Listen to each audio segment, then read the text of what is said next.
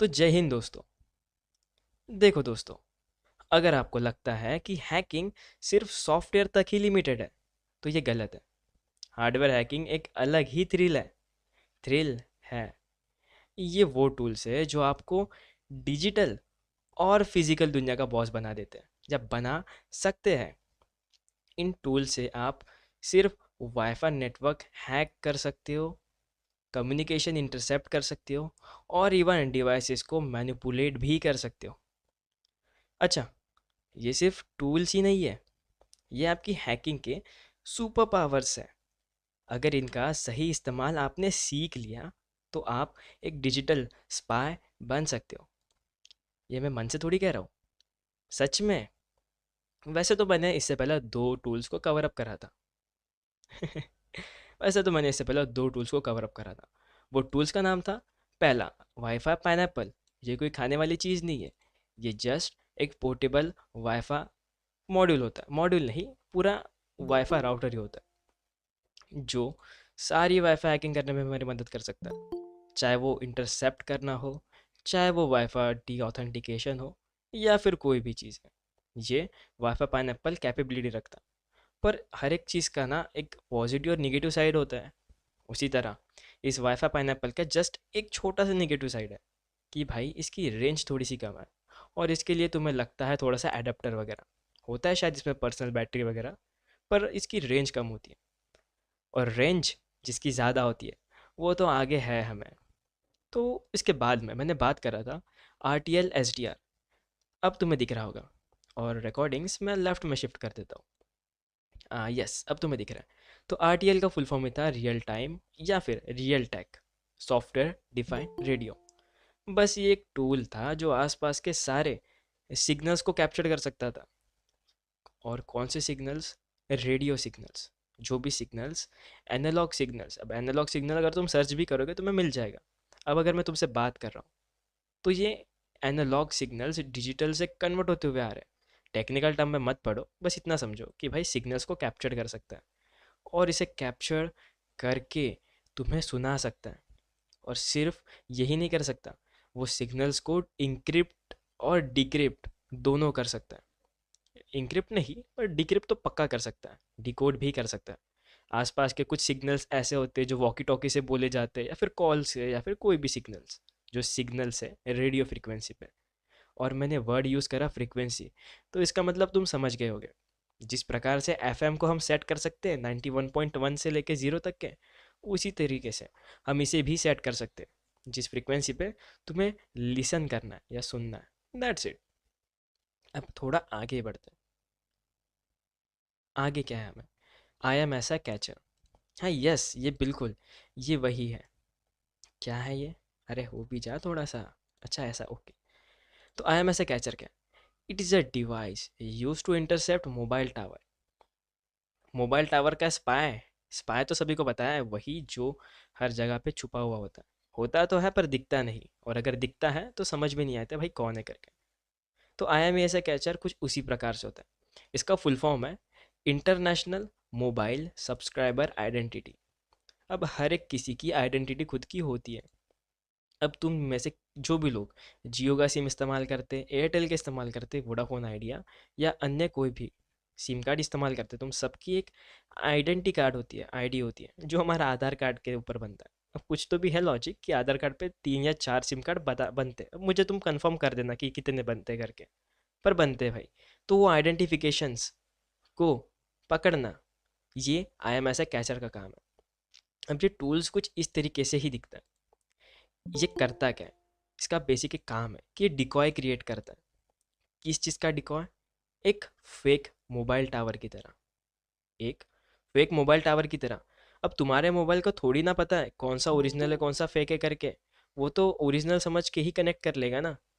पर तुम इस डिवाइस के थ्रू उस सारी चीज़ों को जो तुमसे कनेक्ट हुए उनके सारे बातों को भी सुन सकते हो। तो ये है क्या एक्चुअली में? आई एम एस कैचर यही मोबाइल का स्पाई। ये एक डिवाइस है जो फेक सेल टावर्स बनाता है, और नियर बाय मोबाइल्स को ट्रैप करता है ना, जैसे मैंने कहा था। अब इससे आप क्या क्या कर सकते हो? इससे आप फ़ोन कॉल्स, एसएमएस और लोकेशंस का डेटा इंटरसेप्ट कर सकते हो, यानी बीच में से देख सकते हो। अब देखो भाई, इसका यूज़ कैसे करना है, मैंने तो बता दिया कैसा होता है, पर यूज़ कैसे करना है। अब तुम सभी लोग इथिकल हैकर हो, तो एक इथिकल हैकर के लिए ये टूल्स क्रिटिकल है। क्रिटिकल यानी कि क्रिटिकल, जो मोबाइल नेटवर्क्स वल्नरेबिलिटीज़ को आइडेंटिफाई करने के लिए यूज़ होता है। मोबाइल नेट, अब हर किसी की वल्नरेबिलिटी होती है, कोई भी बिना वल्नरेबिलिटी के नहीं होता। तो ये मोबाइल टावर्स के भी कुछ अलग से वल्नरेबिलिटी होती है, जिनको आइडेंटिफाई करने का काम या फिर मदद हमारा आईएमएसआई कैचर करता है। और ये टूल्स ज़्यादा महंगा नहीं होते हैं, पर एक एवरेज हमारे जैसे लोगों के लिए थोड़े से महंगे ही होते हैं, पर वर्थ इट होते हैं। जो पेनिट्रेशन टेस्टर यूज़ करते हैं ना, बस। तो आईएमएसआई कैचर को यूज़ करना इलीगल है, सीधी बात में अगर मैं बात करूँ तो इलीगल है भाई, पूरा इलीगल है। पर हमेशा अगर तुम इसे लॉफुल, या कह सकते भाई किसी की परमिशन लेके ही टेस्ट करते हो, जो कि हर किसी का हैकर का फ़र्ज़ होता है कि भाई पूछूंगा फिर ही हैक करूंगा, ऐसे करूंगा तो इलीगल माना जाएगा। तो भाई सभी कुछ लीगल है, पूछ के हैक करने वाले को कोई नहीं रोक सकता। पूछ लिया, अब हो गया भाई, मेरे पे लिखावट में है, तूने बोला है करके। दैट्स इट, इतना ही हमारा I am S A catcher work करता है। जस्ट एक टूल है, कैच करता है फेक सिग्नल्स टावर को, बनता है। नेक्स्ट चीज़ है हमारा node M C U, I guess, yes. अब पहली चीज़ जो गौर करने वाली है भाई, लो कॉस्ट है। तो यहाँ पे सब लोग खुश हो जाओ। क्यों? अरे ये बजट फ्रेंडली है, कोई भी खरीद सकता है। और जिन्हें भी है ना कि मुझे अभी से शुरुआत करनी है, क्या की शुरुआत करनी है, वाईफाई हैकिंग की। अब वाईफाई हैकिंग के मैंने वीडियोस तो बहुत देखे थे सर, यूट्यूब पे, पर कुछ मिला नहीं, डिवाइस मिला नहीं। पर मैंने पता करा नोड एमसीयू। अब ये नोड एमसीयू क्या है? आईओटी के बारे में बहुत लोगों ने सुना होगा, इसका एग्जांपल ही दे देता हूँ। अब प्रिंटर जो इंटरनेट से कनेक्टेड है, तुम्हारे घर पे या फिर बहुत लोगों के घर पे होगा या नहीं होगा? क्या? एसी जो रिमोट पे चलता है, या फिर एलेक्सा। अब इंडिया में तो शायद से बहुत कम लोगों के पास होता है एलेक्सा, पर एलेक्सा एक इंटरनेट पे चलने वाला टूल है ना, एक स्मार्ट होम डिवाइस है। तो अगर तुम मेरी इस बात को ध्यान रखो, तो नोड एमसीयू क्या है? एक स्मार्ट हैकिंग आईओटी डिवाइसेस के लिए बना गया टूल है। सीधी एक लाइन में अगर बात करूँ, smart hacking for IoT devices. IoT device कौन? जो भी डिवाइसेस, जस्ट लाइक वो सीसीटीवी हो, प्रिंटर हो, स्कैनर हो, या अपना कोई भी डिवाइस, कोई भी डिवाइस जो इंटरनेट के साथ कनेक्टेड है, उसे हम आईओटी डिवाइस कहते हैं। तो ये हमारा नोड एमसीयू उन सारे डिवाइसेस को हैक करने में मदद करता है। तो भैया ये है क्या? ये एक wifi enabled micro controller unit है। तुम यहाँ पे पढ़ सकते हो, कहाँ गया भाई वो, यस यहाँ पे लिखा नहीं है, पर वाईफाई कनेक्टिविटी प्रोवाइड करता है, यस इतना लिखा है। मैं बताता हूँ क्या होता है। ये एक wifi enabled micro controller unit है, जो आईओटी डिवाइस यानी कि इंटरनेट ऑफ थिंग्स डिवाइस के साथ इंटरैक्ट करने के लिए यूज़ होता है। जैसे हम भी किसी डिवाइस से इंटरैक्ट करते हैं, जस्ट ये डिवाइस के थ्रू हम उन आईओटी डिवाइस के साथ इंटरैक्ट कर सकते हैं। और बातों में फंसाना और इंटरनेट से हैक करना हम सभी को आता है ना। अब मैं मान ही नहीं सकता तो मैं बातों में फंसाना नहीं आता करके, सीख लो, ये भी काम में आएगा। अब इससे आप आईओटी डिवाइसेस को हैक कर सकते हो, या अपने कस्टम टूल बना के, जैसे वाईफाई जैमर कहो या नेटवर्क एनालाइजर कहो, ऐसे टूल्स खुद के बना के भी तुम इसका इस्तेमाल कर सकते हो, जिससे वाईफाई हैक भी हो सकता है, क्रैक भी हो सकता है, उसके ऊपर तुम एनालाइज भी कर सकते हो। या फिर तुमने सोच लिया मैं अपने घर वालों के आसपास के लोगों को, किसी को भी वाईफाई इस्तेमाल नहीं करने दूंगा, तो भाई वाईफाई जैमर ही बना दिया नोड एमसीयू का, बस। अब देखो इसका यूज़ कहाँ पे होता है। इसका यूज़ जस्ट टेस्ट, तुम्हें यूज़ कहाँ पे करना है ये बताता हूँ। इसे टेस्ट करो, टेस्ट करो कि आईओटी डिवाइस कितने सिक्योर है और उनका इंक्रिप्शन कितना स्ट्रांग है। भले ही सब में ही इंक्रिप्शन लग गया है, ऐसा कोई नहीं जिसमें इंक्रिप्शन ना हो, सभी में इंक्रिप्शन है, आ गया मतलब। तो इंक्रिप्शन भी चेक करना है या टेस्ट करना है, ये तुम्हारी सारी मदद करेगा। अब पहली चीज़ जो तुम्हें ध्यान रखनी है कि नोड एमसीयू के लिए अलग से एक आर्डिनो आईडी यानी कि आर्डिनो आईडी एक काइंड ऑफ कोडिंग है। आर्डिनो टूल का नाम है, पर आर्डिनो आईडी प्रोग्रामिंग। आईडी का फुल फॉर्म मैं भूल चुका हूँ, आई गेस क्या था, integrated development environment, kind of coding के लिए, कोडिंग के बैकग्राउंड के लिए लगता है। वीएस कोड सुना होगा कभी ना कभी, तो काइंड ऑफ आर्डिनो आईडी लगती है, कुछ इस प्रकार से दिखती है। आर्डिनो आईडी कुछ इस प्रकार से दिखती है। इसे ओपन वगैरह तो करने में टाइम लगेगा, तो जिस पे तुम कोडिंग कर सकते हो, और हर एक चीज़ का अपना एक एक्सटेंशन होता है। अब भला एक्सटेंशन क्या होता है? वही जो मैं यहाँ पे दिखा सकता हूँ कि भैया ये जो है ये फाइल, इसका extension dot T X T है। उसी प्रकार से आर्डिनो का extension dot I N O होता है, डॉट आई एन ओ होता है। बस इतना ही जानना था। अब एक और चीज़ जो हमें गौर करनी चाहिए, वो कौन सी चीज़ है, कि पाइथन पे भी ये वर्क करता है। पाइथन के कोड्स भी तुम इस पर रन करवा सकते हो, और ये परफेक्ट है बिगिनर्स के लिए। हम या तुम सभी लोग जो बिगिनर्स हैं उनके लिए परफेक्ट है। बस इतना ही बताना था। बाकी तो तुम स्मार्ट हो, बाकी तो तुम सर्च कर ही सकते हो। और डोंट वरी, मैं ये नहीं कह रहा हूँ जीरो से सब कुछ लिखना है। अगर जिनके भी मन में सवाल आया होगा कि मुझे जीरो से लिखना होगा कोड, नहीं नहीं नहीं, बहुत सारे कोड ऑलरेडी डेवलप्ड है, बस सर्च करना है और इसे इंस्टॉल करना है, और अपने हिसाब से मॉडिफाई करो, अपने हिसाब से मॉडिफाइड करो। बाकी तो तुम चैट जीपीटी का इस्तेमाल कर ही सकते हो। तो नेक्स्ट चीज़ पे बढ़ता हूँ, जो कि है भाई हमारा वाईफाई अल्फ़ा। यस, नाम से ही तगड़ा लग रहा है, काम में भी तगड़ा है। अब कह सकते हैं ये वायरलेस इंटरनेट का बॉस है। बॉस हर किसी का होता है, मेरा भी है। तो वायरलेस नेटवर्क का बॉस है।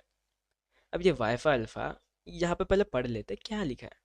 The WiFi Alfa refers to a series of high performance USB WiFi adapter made by Alfa networks. Alfa नाम की कंपनी है जिसने एक वाईफाई एडाप्टर बनाया है भाई, इतना समझ में आ गया। अब थोड़ा आगे बढ़ते हैं। Known for their robust build and strong signal reception, these adapters are commonly used for network security testing, including penetration testing, Wi-Fi monitoring. They also often support features like packet injection and monitor mode, which is crucial for conducting comprehensive wireless network assessment. अंग्रेजी में ना समझा sir जी, थोड़ा हिंदी में बताओ। तो पढ़ने में मैंने क्या बोला कि वाईफाई अल्फा एक high powered USB wifi adapter है, जो आपको डिस्टेंट यानी दूर से वाईफाई नेटवर्क को हैक करने या टेस्ट करने की पावर देता है। दूर से भाई, दूर से। अब ऐसा नहीं होना चाहिए कि हैक करने जा रहे हो वाईफाई और उसके घर के नीचे खड़े हो, ऐसा तो नहीं होगा ना। तो वाईफाई अल्फा ऐसा भी प्रोवाइड करता है रेंज कि तुम एक या दो बिल्डिंग की रेंज में भी वाईफाई हैकिंग परफॉर्म कर सकते हो, मतलब इतने दूर से, डिस्टेंट लेवल पे।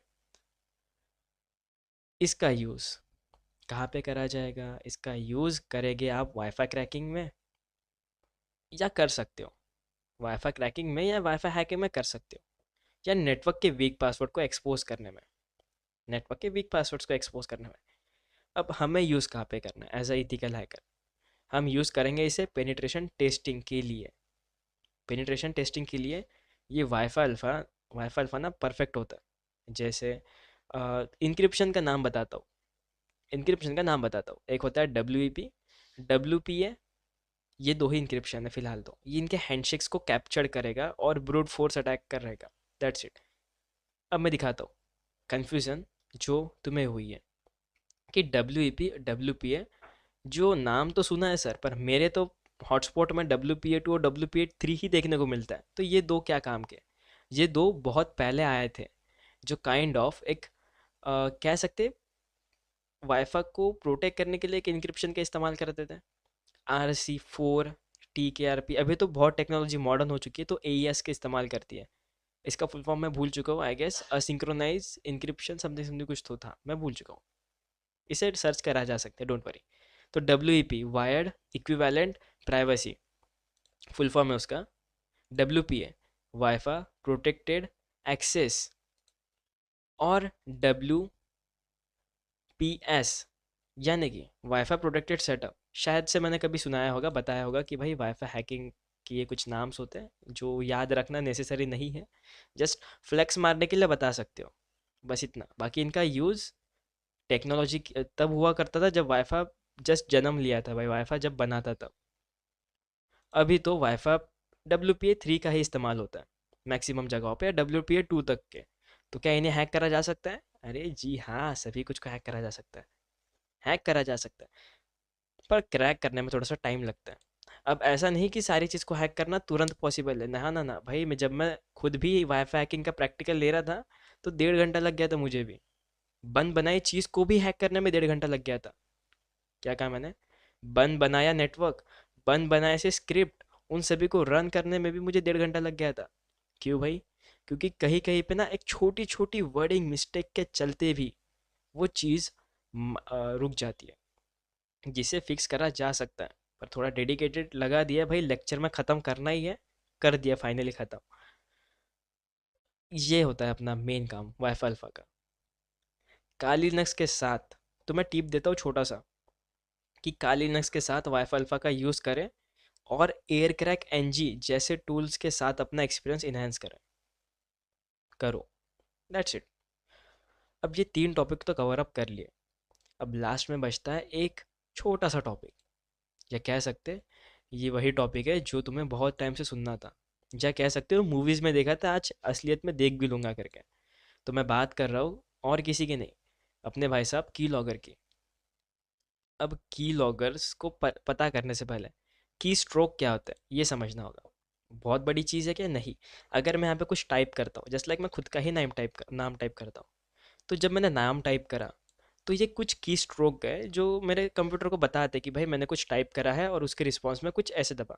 अगर मैं सिर्फ और सिर्फ पी दबाता हूँ, तो पी का आंसर पी में ही लिख के आएगा, और पी दबाता हूँ तो वही लिख के आएगा। तो की स्ट्रोक क्या होते हैं? जो अपने कीबोर्ड से गए हुए स्ट्रोक्स अपने पीसी को समझ में आते हैं, और उसके रिस्पॉन्स में वो अपने कंप्यूटर के डिस्प्ले पे कोई शो करता है। बस इतना ही समझना था। तो जब भी मैं ऐसे कुछ क्लिक करता हूँ, इसका मतलब मैं कुछ की स्ट्रोक सेंड कर रहा हूँ। तो यही की स्ट्रोक को पकड़ने का काम कौन करता है? यही हमारा डिटेक्टिव। डिटेक्टिव जो सारी चीज़ को देखता है, समझता है और उसे पकड़ लेता है। तो वो डिटेक्टिव और कोई नहीं, हमारा की लॉगर है। इसकी मैं तारीफ नहीं कर रहा हूँ, इसकी बुराई अभी करूँगा। तो भला ये होता क्या है? की लॉगर एक हार्डवेयर या सॉफ्टवेयर डिवाइस है जो कीबोर्ड्स इनपुट को सीक्रेटली रिकॉर्ड करता है। यही से पढ़ के बताया हूँ मैं, ठीक है? देन इससे आप क्या क्या कर सकते हो भाई? इससे आप कर सकते हो पासवर्ड्स और सेंसिटिव इंफॉर्मेशंस को कलेक्ट।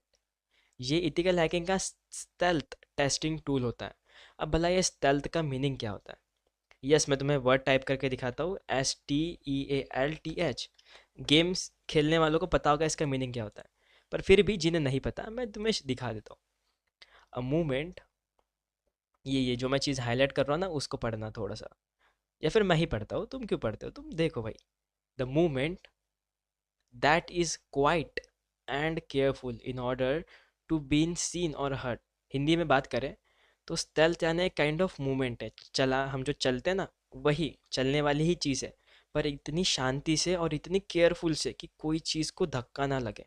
और अगर धक्का ना लगे ये तो ठीक है, कुछ आवाज़ भी ना हो, और अगर आवाज़ भी नहीं आती है तो सही है भाई। मतलब मैं आंखों के सामने भी नहीं चलना चाहिए, एकदम शांति से, ध्यान से, किसी को बिना दिखे, बिना आवाज़ करे, उसे हम स्टेल्थ कहते हैं। स्टेल्थ अटैक, सीओडी खेलने वालों को पता होगा स्टेल्थ अटैक, बीजीएमआई वालों को भी पता होगा। वो क्राउच करके गन्स को पकड़ना और हेडशॉट वाला जो सीन होता है, उसे स्टेल्थ अटैक ही कहते हैं काइंड ऑफ। भाई होते तो है पर पता नहीं चलता है करके। तो आगे क्या? की लॉगर्स को इंटरनली सिक्योरिटी ऑडिट्स के लिए बनाया गया। सिक्योरिटी ऑडिट्स यानी kind of organization. Exactly word तुम्हें अगर लगता है तो मैं बताऊँ कि की लॉगर को बनाया ही इस चीज़ के लिए, ताकि ये चेक किया जा सके कि सिस्टम के इनपुट मेथड सिक्योर है या नहीं भाई। और इसे यूज़ कौन करता है भला? हम, एज अ सिक्योरिटी ऑर्गेनाइजेशंस के लिए, बस, as ethical hacker, that's it. अगर आप, अब मैं टिप देता हूँ तुम्हें छोटी सी, कि भाई अगर तुम सभी को की लॉगर के अगेंस्ट बचना तो होगा ही, अब ऐसा थोड़ी कि सभी लोग आ जाएंगे करके, अब तुम्हें तो पता चल गया, क्या पता जिसके पास की लॉगर का सॉफ्टवेयर हो और वो तुम्हारा दोस्त ही निकल जाए, और वो तुम्हारे पेन ड्राइव, मतलब उसके पेन ड्राइव से तुम्हारे सिस्टम के अंदर इंजेक्ट कर दे, और जब भी तुम टाइप करो तो पता ही ना चले। स्टेल्थ अटैक जिसे हम कहते हैं। तो इससे बचेंगे कैसे? तो बचने के लिए ना एक सॉफ्टवेयर का इस्तेमाल होता है। मैं सॉफ्टवेयर का नाम दिखा, सॉफ्टवेयर मतलब एग्जैक्ट सॉफ्टवेयर का नाम नहीं दिखाऊंगा, बट काइंड ऑफ कह सकता हूँ कि कीबोर्ड इंक्रिप्शन सॉफ्टवेयर, अगर तुम ऐसा लिखते हो। यस, इम्प्लीमेंट्स नहीं, सॉफ्टवेयर चाहिए था, सॉफ्टवेयर्स भाई। और इसे मैं करता हूँ नॉर्मल स्क्रीन पे। तो बहुत सारे सॉफ्टवेयर्स आते हैं, पर इनका बेसिकली काम क्या होता है? ये क्या करेंगे, तुम्हारे सारे कीबोर्ड के स्ट्रोक को इनक्रिप्ट कर देंगे। अब इनक्रिप्ट करी गई चीज़ को एक नॉर्मल सा की लॉगर डिक्रिप्ट नहीं कर सकता, है ना? नहीं कर सकता। जल्दी से तो नहीं कर सकता। पर कब? अगर तुम पकड़े गए कि भाई तुम्हारे पास में की लॉगर है, तभी ना वो इंक्रिप्ट करेगा। पर अगर उसे पता ही नहीं कि भाई कोई की लॉगर है भी करके, तो वो तो नॉर्मली चलेगा। बस इतना कहना था। बाकी एक और छोटी सी टिप, कि तुम्हें और इसके अगेंस्ट बचना है या प्रोटेक्ट करना है खुद को, तो तुम्हें टू फैक्टर ऑथेंटिकेशन को अनेबल करना होगा। That's it. बाकी एक छोटा सा कंक्लूजन, या कह सकते हो छोटा सा सरप्राइज, और क्या क्या करे जा सकते हैं इन टूल्स की मदद से। तो यहाँ से बात करूँगा हमारे IMS कैचर से, कि भैया जी, ये फेक टावर्स को बना के उन पे अपना स्पूफ मैसेज सेंड कर सकता है। अब ये स्पूफ्ड मैसेज क्या होता है? अच्छा, स्पूफ्ड मैसेज समझो कि मैं तुम्हारे ही नंबर से तुम ही को कॉल कर रहा हूँ। हिंदी में अगर बात करें, तो मैं आप लोगों के नंबर से आप लोगों को ही कॉल कर रहा हूँ। तो शो क्या होगा? आप लोगों का नाम और आप लोगों का नंबर आपका ही, इसे हम स्पूफ्ड कहते हैं। काइंड ऑफ तुम्हारी ही कॉपी तुम ही को शो करना, या फिर किसी और की कॉपी तुम ही को शो करना, या फिर मैं कॉल कर रहा हूँ किसी और नंबर से और नाम किसी और का दिखा रहा हूँ, जो मेरा रियल नहीं है, उसे हम स्पूफिंग कहते हैं। That's it.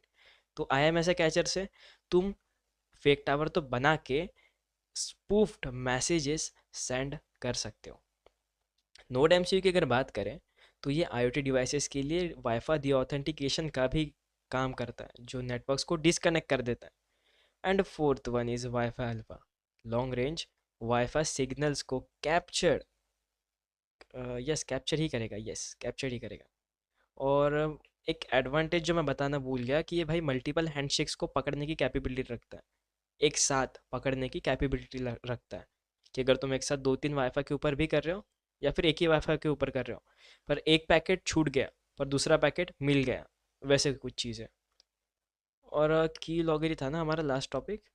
यस, की लॉगर से एक चीज़ बताता हूँ। मैंने थोड़ी देर पहले बताया था कि एक सॉफ्टवेयर होता है जिससे तुम अपने की स्ट्रोक को इंक्रिप्ट कर सकते हो। पर मैंने तब ये भी बोला था कि अगर तुम्हारे डिवाइस को पता ही नहीं कि भाई मेरे पास में कोई की लॉगर है, तो बचूंगा तो मैं सही, मतलब कोई इंक्रिप्शन होगा ही नहीं और मैं सब कुछ देख सकता हूँ। तो यही कहना था कि कस्टम फर्मवेयर या custom kind of tool script install करके तुम हिडन USB की लॉगर बनाना, तुम लोग बनाना, जो इजीली डिटेक्टेबल ना हो। बस अब ये बनेगा कैसे, उसके ऊपर भाई ढेरों वीडियो पड़ी है, टूल्स भी बहुत सारे। तो देखो भाई, हार्डवेयर हैकिंग की दुनिया एक मज़े से, अब तुम लोगों को भाई बहुत लोग चले गए, क्या क्या हो गया हार्ड लगा क्या? डोंट वरी, पर मैं बता दूं कि हार्डवेयर हैकिंग की दुनिया एक मज़े से भरी भरी एडवेंचर है। ये यहीं पे लिखा है, ये यहीं पे लिखा है। हार्डवेयर हैकिंग की दुनिया एक मज़े से भरी एडवेंचर है। यहाँ थ्रिल भी है, यहाँ टेक्नोलॉजी और टैम्परिंग यानी छेड़छाड़ का एक लीथल कॉम्बो है भाई। लेकिन ध्यान रखना कि हैकिंग का मिशन हमेशा इथिकल और लॉफुल होना चाहिए। बाकी तो इतना ही। अब तुम्हारी बारी कि तुम्हें कहाँ तक के टॉपिक समझ में आया, ये कहाँ तक के नहीं, अब तुम्हें क्या क्या चीज़ें समझ में आई, और अगर सब कुछ समझ में आ गया तो यस टाइप करो, अगर नहीं तो भाई अपना सवाल बिंदास टाइप कर सकते हो। रिकॉर्डिंग्स इज यस, रिकॉर्डिंग तो दिख रही है भाई। 24। ओके, सभी को समझ में आ गया। आई होप सभी को समझ में आ ही गया होगा करके, क्योंकि ये ज़्यादा बड़े टॉपिक थे नहीं, और मैंने इसे कोशिश करा कि इजी वे में जल्दी जल्दी बता सकूँ।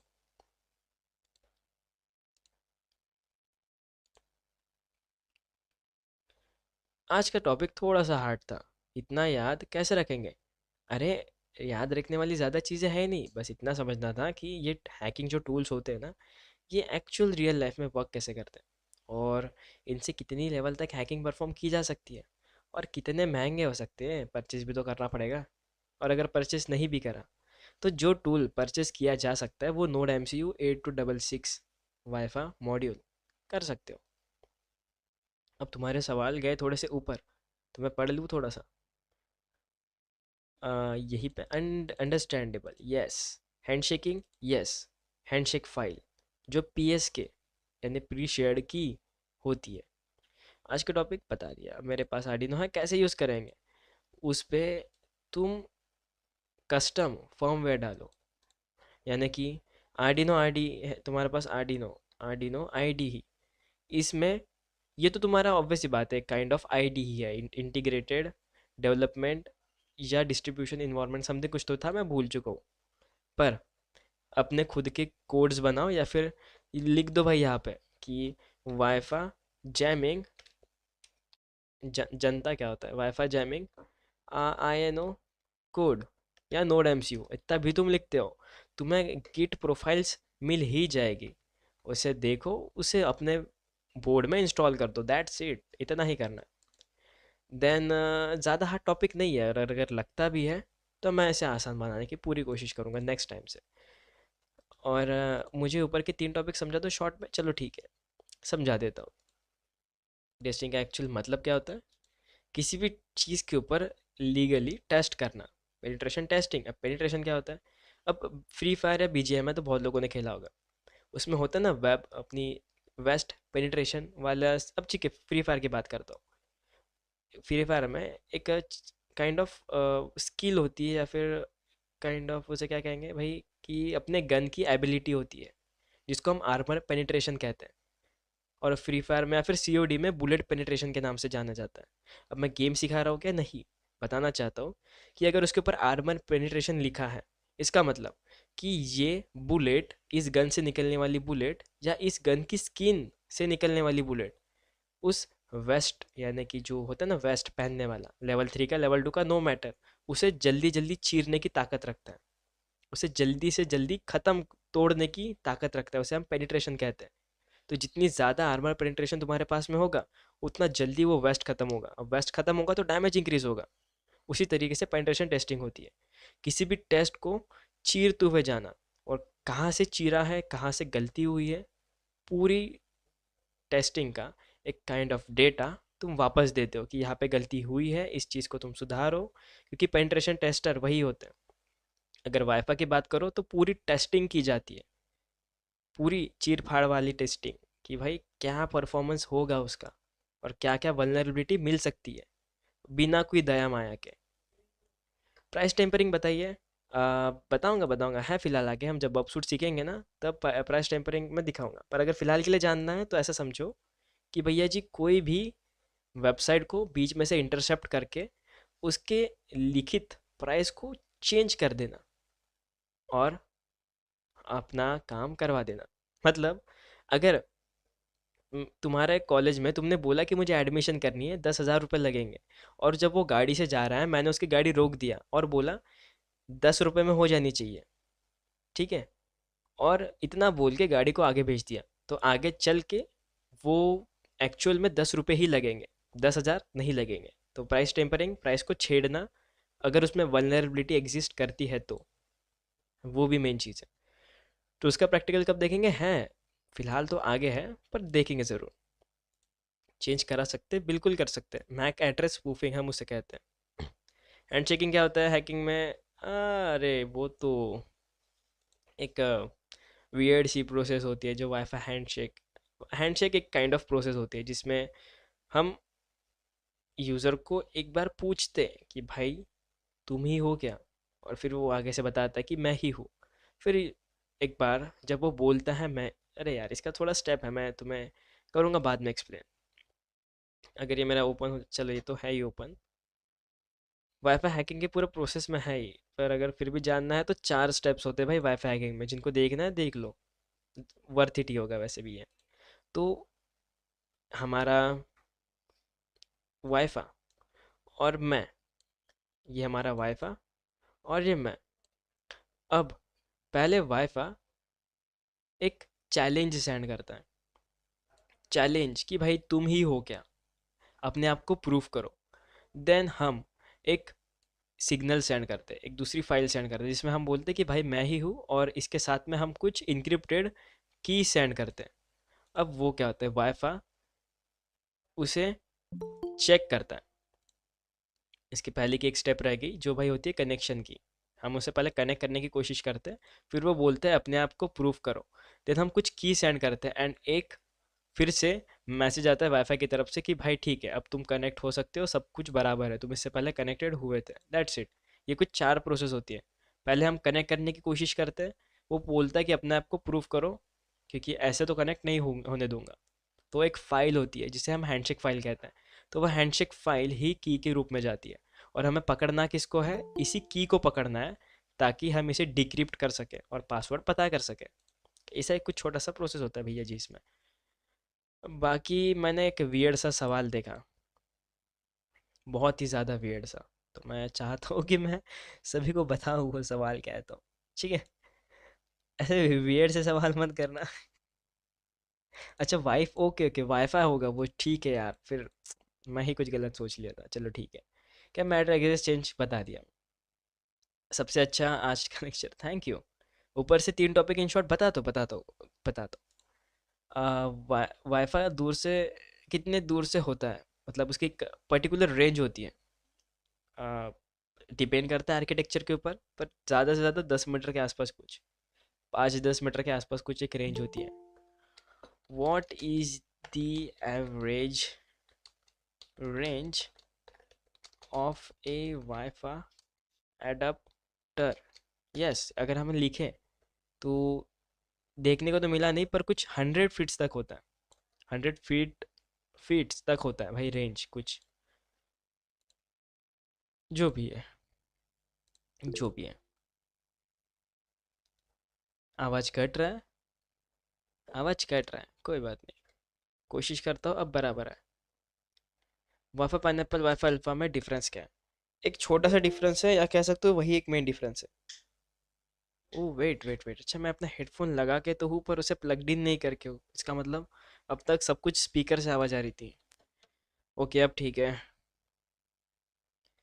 मेरे पास में किलर यूएसबी, है मेरे पास, इनफैक्ट तुम्हारे पेनड्राइव में ही दिया गया है, इन्होंने ड्रॉप ने पेनड्राइव में ही प्रोवाइड कर दिया यूएसबी किलर, मतलब काइंड ऑफ सॉफ्टवेयर से पूरे के पूरे।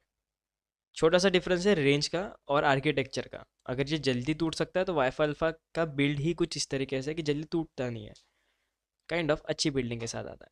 ज़्यादा पैसे लगते हैं, पर उसमें वाईफाई 6 भी सपोर्ट करता है शायद, एग्जैक्ट नहीं पर हाँ, मतलब बेटर है वाईफाई पाइनएप्पल से, पर महंगा है वाईफाई पाइनएप्पल से। ठीक है। बाकी आर्डिनो आईडी कैसे डाउनलोड करें, ब्राउज़र से, मतलब तुम यहाँ पे आर्डिनो आईडी टाइप कर दो, हो जाएगा, कोई भी डाउनलोड कर, पेनड्राइव को कीलॉगर पेनड्राइव को भी बना सकते हैं। जी बिल्कुल, पेनड्राइव को ही कीलॉगर बनाया जाता है, मतलब हर बार नहीं, कीलॉगर्स के अलग भी कुछ आते हैं, पर अगर बनाना है तो हमें कुछ ऑटो स्टार्ट या ऑटो एग्जीक्यूट वाले फाइल्स को भी मेंशन करना पड़ता है। यस, बता दिया मैंने तुम्हारा सवाल, यस। आई एम ऐसे कैचर को शॉर्ट में एक्सप्लेन कर दीजिए। आई एम ऐसे का फुल फॉर्म है इंटरनेशनल मोबाइल सब्सक्राइबर, यानी हम सभी लोग उसको आइडेंटिफाई करने वाला, और कैचर यानी उसे पकड़ने वाला, एक काइंड ऑफ फेक सिग्नल की तरह होता है। नहीं, मैं नोट्स तो प्रोवाइड नहीं करता, एक काइंड ऑफ फेक सिग्नल नहीं कहूँगा यार, सिग्नल बोलने में थोड़ा अच्छा नहीं लग रहा है, एक काम करता हूँ इसे मैं बोलता हूँ फेक टावर की तरह होता है। फेक टावर जिसे हमारा मोबाइल समझता नहीं, हमारा मोबाइल इसे ओरिजिनल समझ के कनेक्ट कर लेता है, पर जब कनेक्ट होता है तो जिसका भी ये आई एम ऐसा कैचर है, वो सारी चीज़ जो उससे कनेक्ट हुआ है, चाहे वो उसका कॉल हो, एसएमएस हो, या फिर जो भी चीज़ हो भाई, उसे देख सकता है, इंटरसेप्ट कर सकता है, इनफैक्ट स्पूफिंग भी कर सकता है। उसके टावर के थ्रू हमारे मोबाइल के ऊपर वो फेक मैसेजेस भी सेंड करवा सकता है। बाकी लिनक्स में कुछ डिफ़ॉल्ट सेटिंग होता है, उसे चेंज कैसे करें? समझा नहीं मैं, कौन सी सेटिंग की अगर बात करो, पर्टिकुलर सेटिंग होगी वो बताओ मुझे। आवाज़ अभी ठीक आ रहा होगा, I hope. I am sorry, मैं नोट्स नहीं बनाता हूँ, मैं कभी भी नोट्स नहीं बनाता हूँ।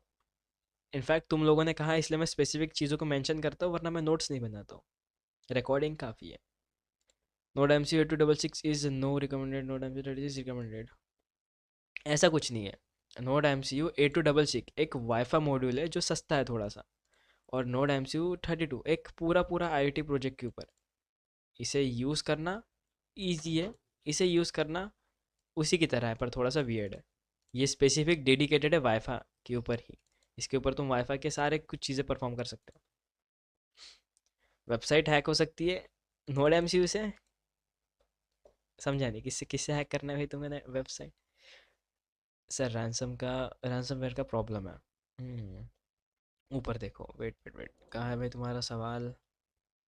ऊपर देखो, ऊपर देखो। आ गया, ऊपर तो आ गया पर दिखा नहीं कुछ। अच्छा, मेरा बिजी डेटा रैंसम वाले वेयर अटेम्प्ट है।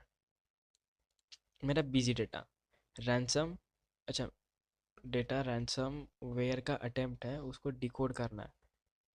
करना हो पाएगा क्या? Please help. एक सेकंड, मतलब तुम्हें रैंसम वेयर अटैक मतलब तुम्हारे ऊपर रैंसम वेयर अटैक हुआ है तो तुम्हारा डेटा इनक्रिप्ट हो चुका है, उसे डिक्रिप्ट करना है। कैसे करेंगे, ये सवाल होगा पूरा पूरा।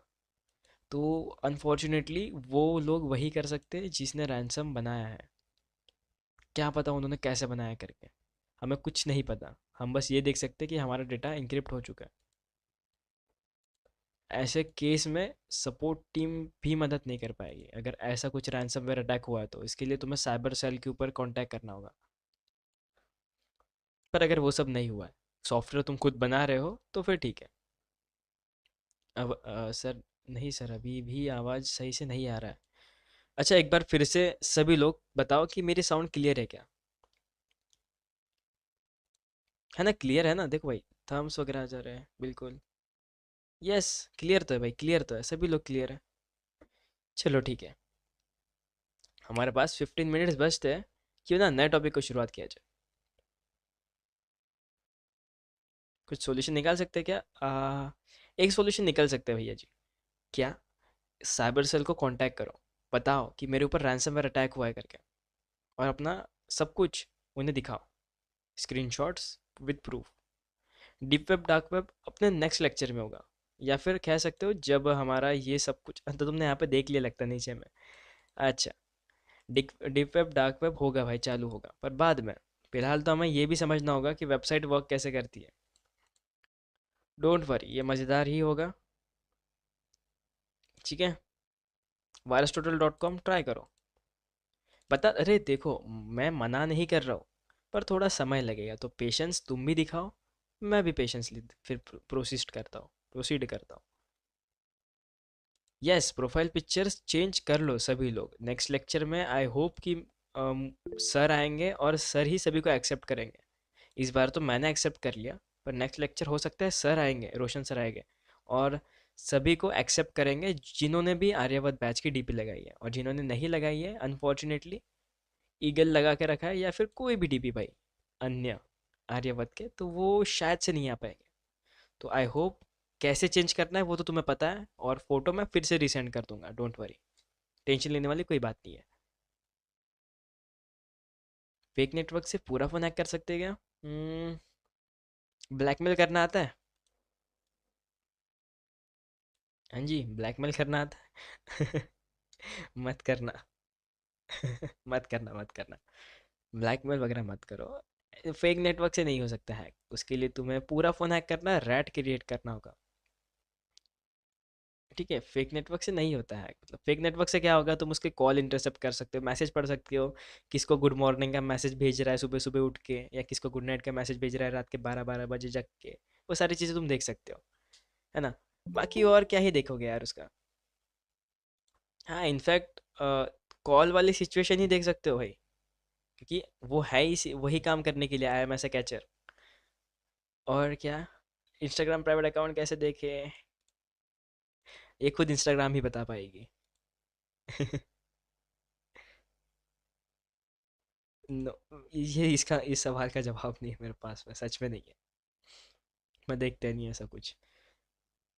एग्जाम्पल क्या करना है? अरे रुको रुको रुको रुको रुको, टॉपिक में शुरुआत कर लेता हूँ थोड़ा सा नया टॉपिक की, या फिर थोड़ा सा हिंट तो भी दे देता हूँ। तुम्हारे सवाल बहुत बड़े सवाल है। नहीं नहीं, इसमें बस एक एजुकेशन लगेगी डीसीएससी की, और कुछ नहीं लगेगा। टाइम बहुत लगेगा। मतलब पेशेंस लगेगा, टाइम तो नहीं लगता, पेशेंस लगेगा। पेशेंट नहीं, पेशेंस यानी धैर्य लगेगा। Continue topic, yes, let's start. तो देखो भाई, कुछ सवाल अगर मुझसे छूट गए होंगे तो माफ़ करना, मैं उसे कोशिश करूंगा पढ़ने की बाद में ज़रूर, या फिर तुम फिर से बताना वो सवाल। तो मैं बात करता हूँ, introduction and objectives. So today अंग्रेजी में we will cover HTTP request and responses, web servers, cookies, and then put them to all in the mini capture at the flag at the end. तो जय हिंद दोस्तों। अबे lecture ख़त्म नहीं हुआ, don't worry. आज के आज हम एक फिर से फाइंडिंग द सर्वर को पढ़ेंगे, रिक्वेस्ट को पढ़ेंगे, रिस्पॉन्स को पढ़ेंगे। अब ये होता क्या है, बस इतना समझना है कि वेबसाइट वर्क कैसे करती है। अब वेबसाइट जब भी वर्क करती है तो ये समझना तो होगा कि रिक्वेस्ट क्या होता है। यानी कि हम किसी चीज़ को रिक्वेस्ट करते हैं, या रिस्पॉन्स में हमें कुछ रिस्पॉन्स भी आता है, आगे से रिप्लाई आता है। और कुकीज़, जो हमारी बातचीत हुई है वो एक फ़ाइल में सेव होती है। बस इतना समझना था, हो गया भाई, टॉपिक खत्म। अगर तुम्हें ऐसा लगता है तो नहीं, इस टॉपिक को भी डिटेल्ड में कवर अप किया जाएगा, पर नेक्स्ट लेक्चर में। क्यों भाई? क्योंकि डिटेल में कवर अप करना पड़ेगा, एक वेबसाइट वर्क कैसे करती है, डीएनएस क्या होता है, डीएनएस दिखता कैसा है, आईपी एड्रेसेस, इससे पहले हमने कवर अप करा था। तो फाइंडिंग द सर्वर में क्या होगा, आईपी एड्रेस को ही फाइंड अप करना है। अब देखो भाई, अब जब तुम अपने मोबाइल को ओपन करते हो, डोंट वरी, मैं इस टॉपिक को कवर अप नहीं कर रहा हूँ, क्योंकि भाई समय भी होने को आ रहा है और ये टॉपिक को पूरा डेडिकेटेड सेशन चाहिए, क्योंकि ये सीरीज में कवर अप होता है। एक एक करके कवर अप करूंगा हर लेक्चर की तरह तो मज़ा नहीं आएगा भाई, समझ में नहीं आएगा। और डोंट वरी, हो सकता है कि अगले लेक्चर में ही हम सब सरफेस वेब, डीप वेब और डार्क वेब को भी प्रैक्टिकली देख भी लेंगे। कम से कम थेरी नहीं तो प्रैक्टिकल देख ही लेंगे। और उसके बाद में हमारा वीपीएन का कंसेप्ट, तो आगे के कंसेप्ट और भी ज़्यादा आसान हो गए। बस इस चीज़ को डेडिकेटेड एक समय लग सकता है, पूरा लेक्चर या फिर काइंड ऑफ एक लेक्चर। क्योंकि मुझे पता है अब तुम में से ज़्यादातर लोग 1 घंटे का लेक्चर हो गया समझ के चले जाएंगे, इसलिए तो 1 घंटे का लेक्चर करेंगे। या तुम सभी चाहते हो कि इस लेक्चर को अभी कवर अप कर लूँ, उस टॉपिक को। थोड़ा सा टाइम लगेगा, 11:20 तक के, पर हो जाएगा भाई कवर अप। डेडिकेटेड 25 मिनट्स, पूरे 20 मिनट्स या 15 मिनट्स तो लगेंगे ही भाई इस टॉपिक को कवर अप करने को। अभी कवर अप करना है तो बताओ, या फिर कल भी कवर अप करा जा सकता है। अभी करूँ? सभी सभी लोग रेडी होगा, क्योंकि फिर तुम बीच में से चले जाते हो फिर। अब बीच में से चल जाओगे और रिकॉर्डिंग के भरोसे पे रहोगे तो भाई मुश्किल है फिर तो। क्या पता मेरी रिकॉर्ड कभी, ये जो रिकॉर्डिंग हो रही है कभी करप्ट हो गई और फिर तुम मज़ा भूल जाओगे। करप्ट वरप्ट तो होनी नहीं, होगी नहीं, पर अगर हो जाती है तो फिर क्या करोगे? अरे डरा नहीं ना हो, बस बता रहा हूँ, डोंट वरी। नहीं जाएंगे, स्टार्ट करता हूँ फिर। तो इसे अपने ही अंदाज में चालू करेंगे, अपने अंदाज में, जो मेरा यूनिक अंदाज होता है, अंदाज होता है। Let's start. पॉसिबल है विदाउट फिशिंग? नहीं, विदाउट फिशिंग नहीं। चलो, यस। तो भाई आज हम, या फिर अभी हम फिर से एक थ्रिलिंग एडवेंचर पर निकलते हैं, या निकल रहे हैं। तो वेब का वर्ल्ड, या नहीं, हमारी वेबसाइट की दुनिया, अंग्रेजी में से वेब का वर्ल्ड ही कहते हैं। तो इसे समझने की जर्नी पे लेट्स स्टार्ट। तो सोचिए भाई, आप एक साइबर सिक्योरिटी स्टूडेंट हो। सोचना क्या है, तुम खुद ही हो। और एक नॉर्मल कॉलेज के डे पर आप एक मिनी एडवेंचर पे जा रहे हो। अब तुम सभी लोग में से बहुत लोग कॉलेज पे गए हो, तो इमेजिन करो भाई तुम फिर से अपने कॉलेज में गए, और तुम उसी दिन या नॉर्मल दिन पे हर बार की तरह एक एडवेंचर पे जाने वाले हो।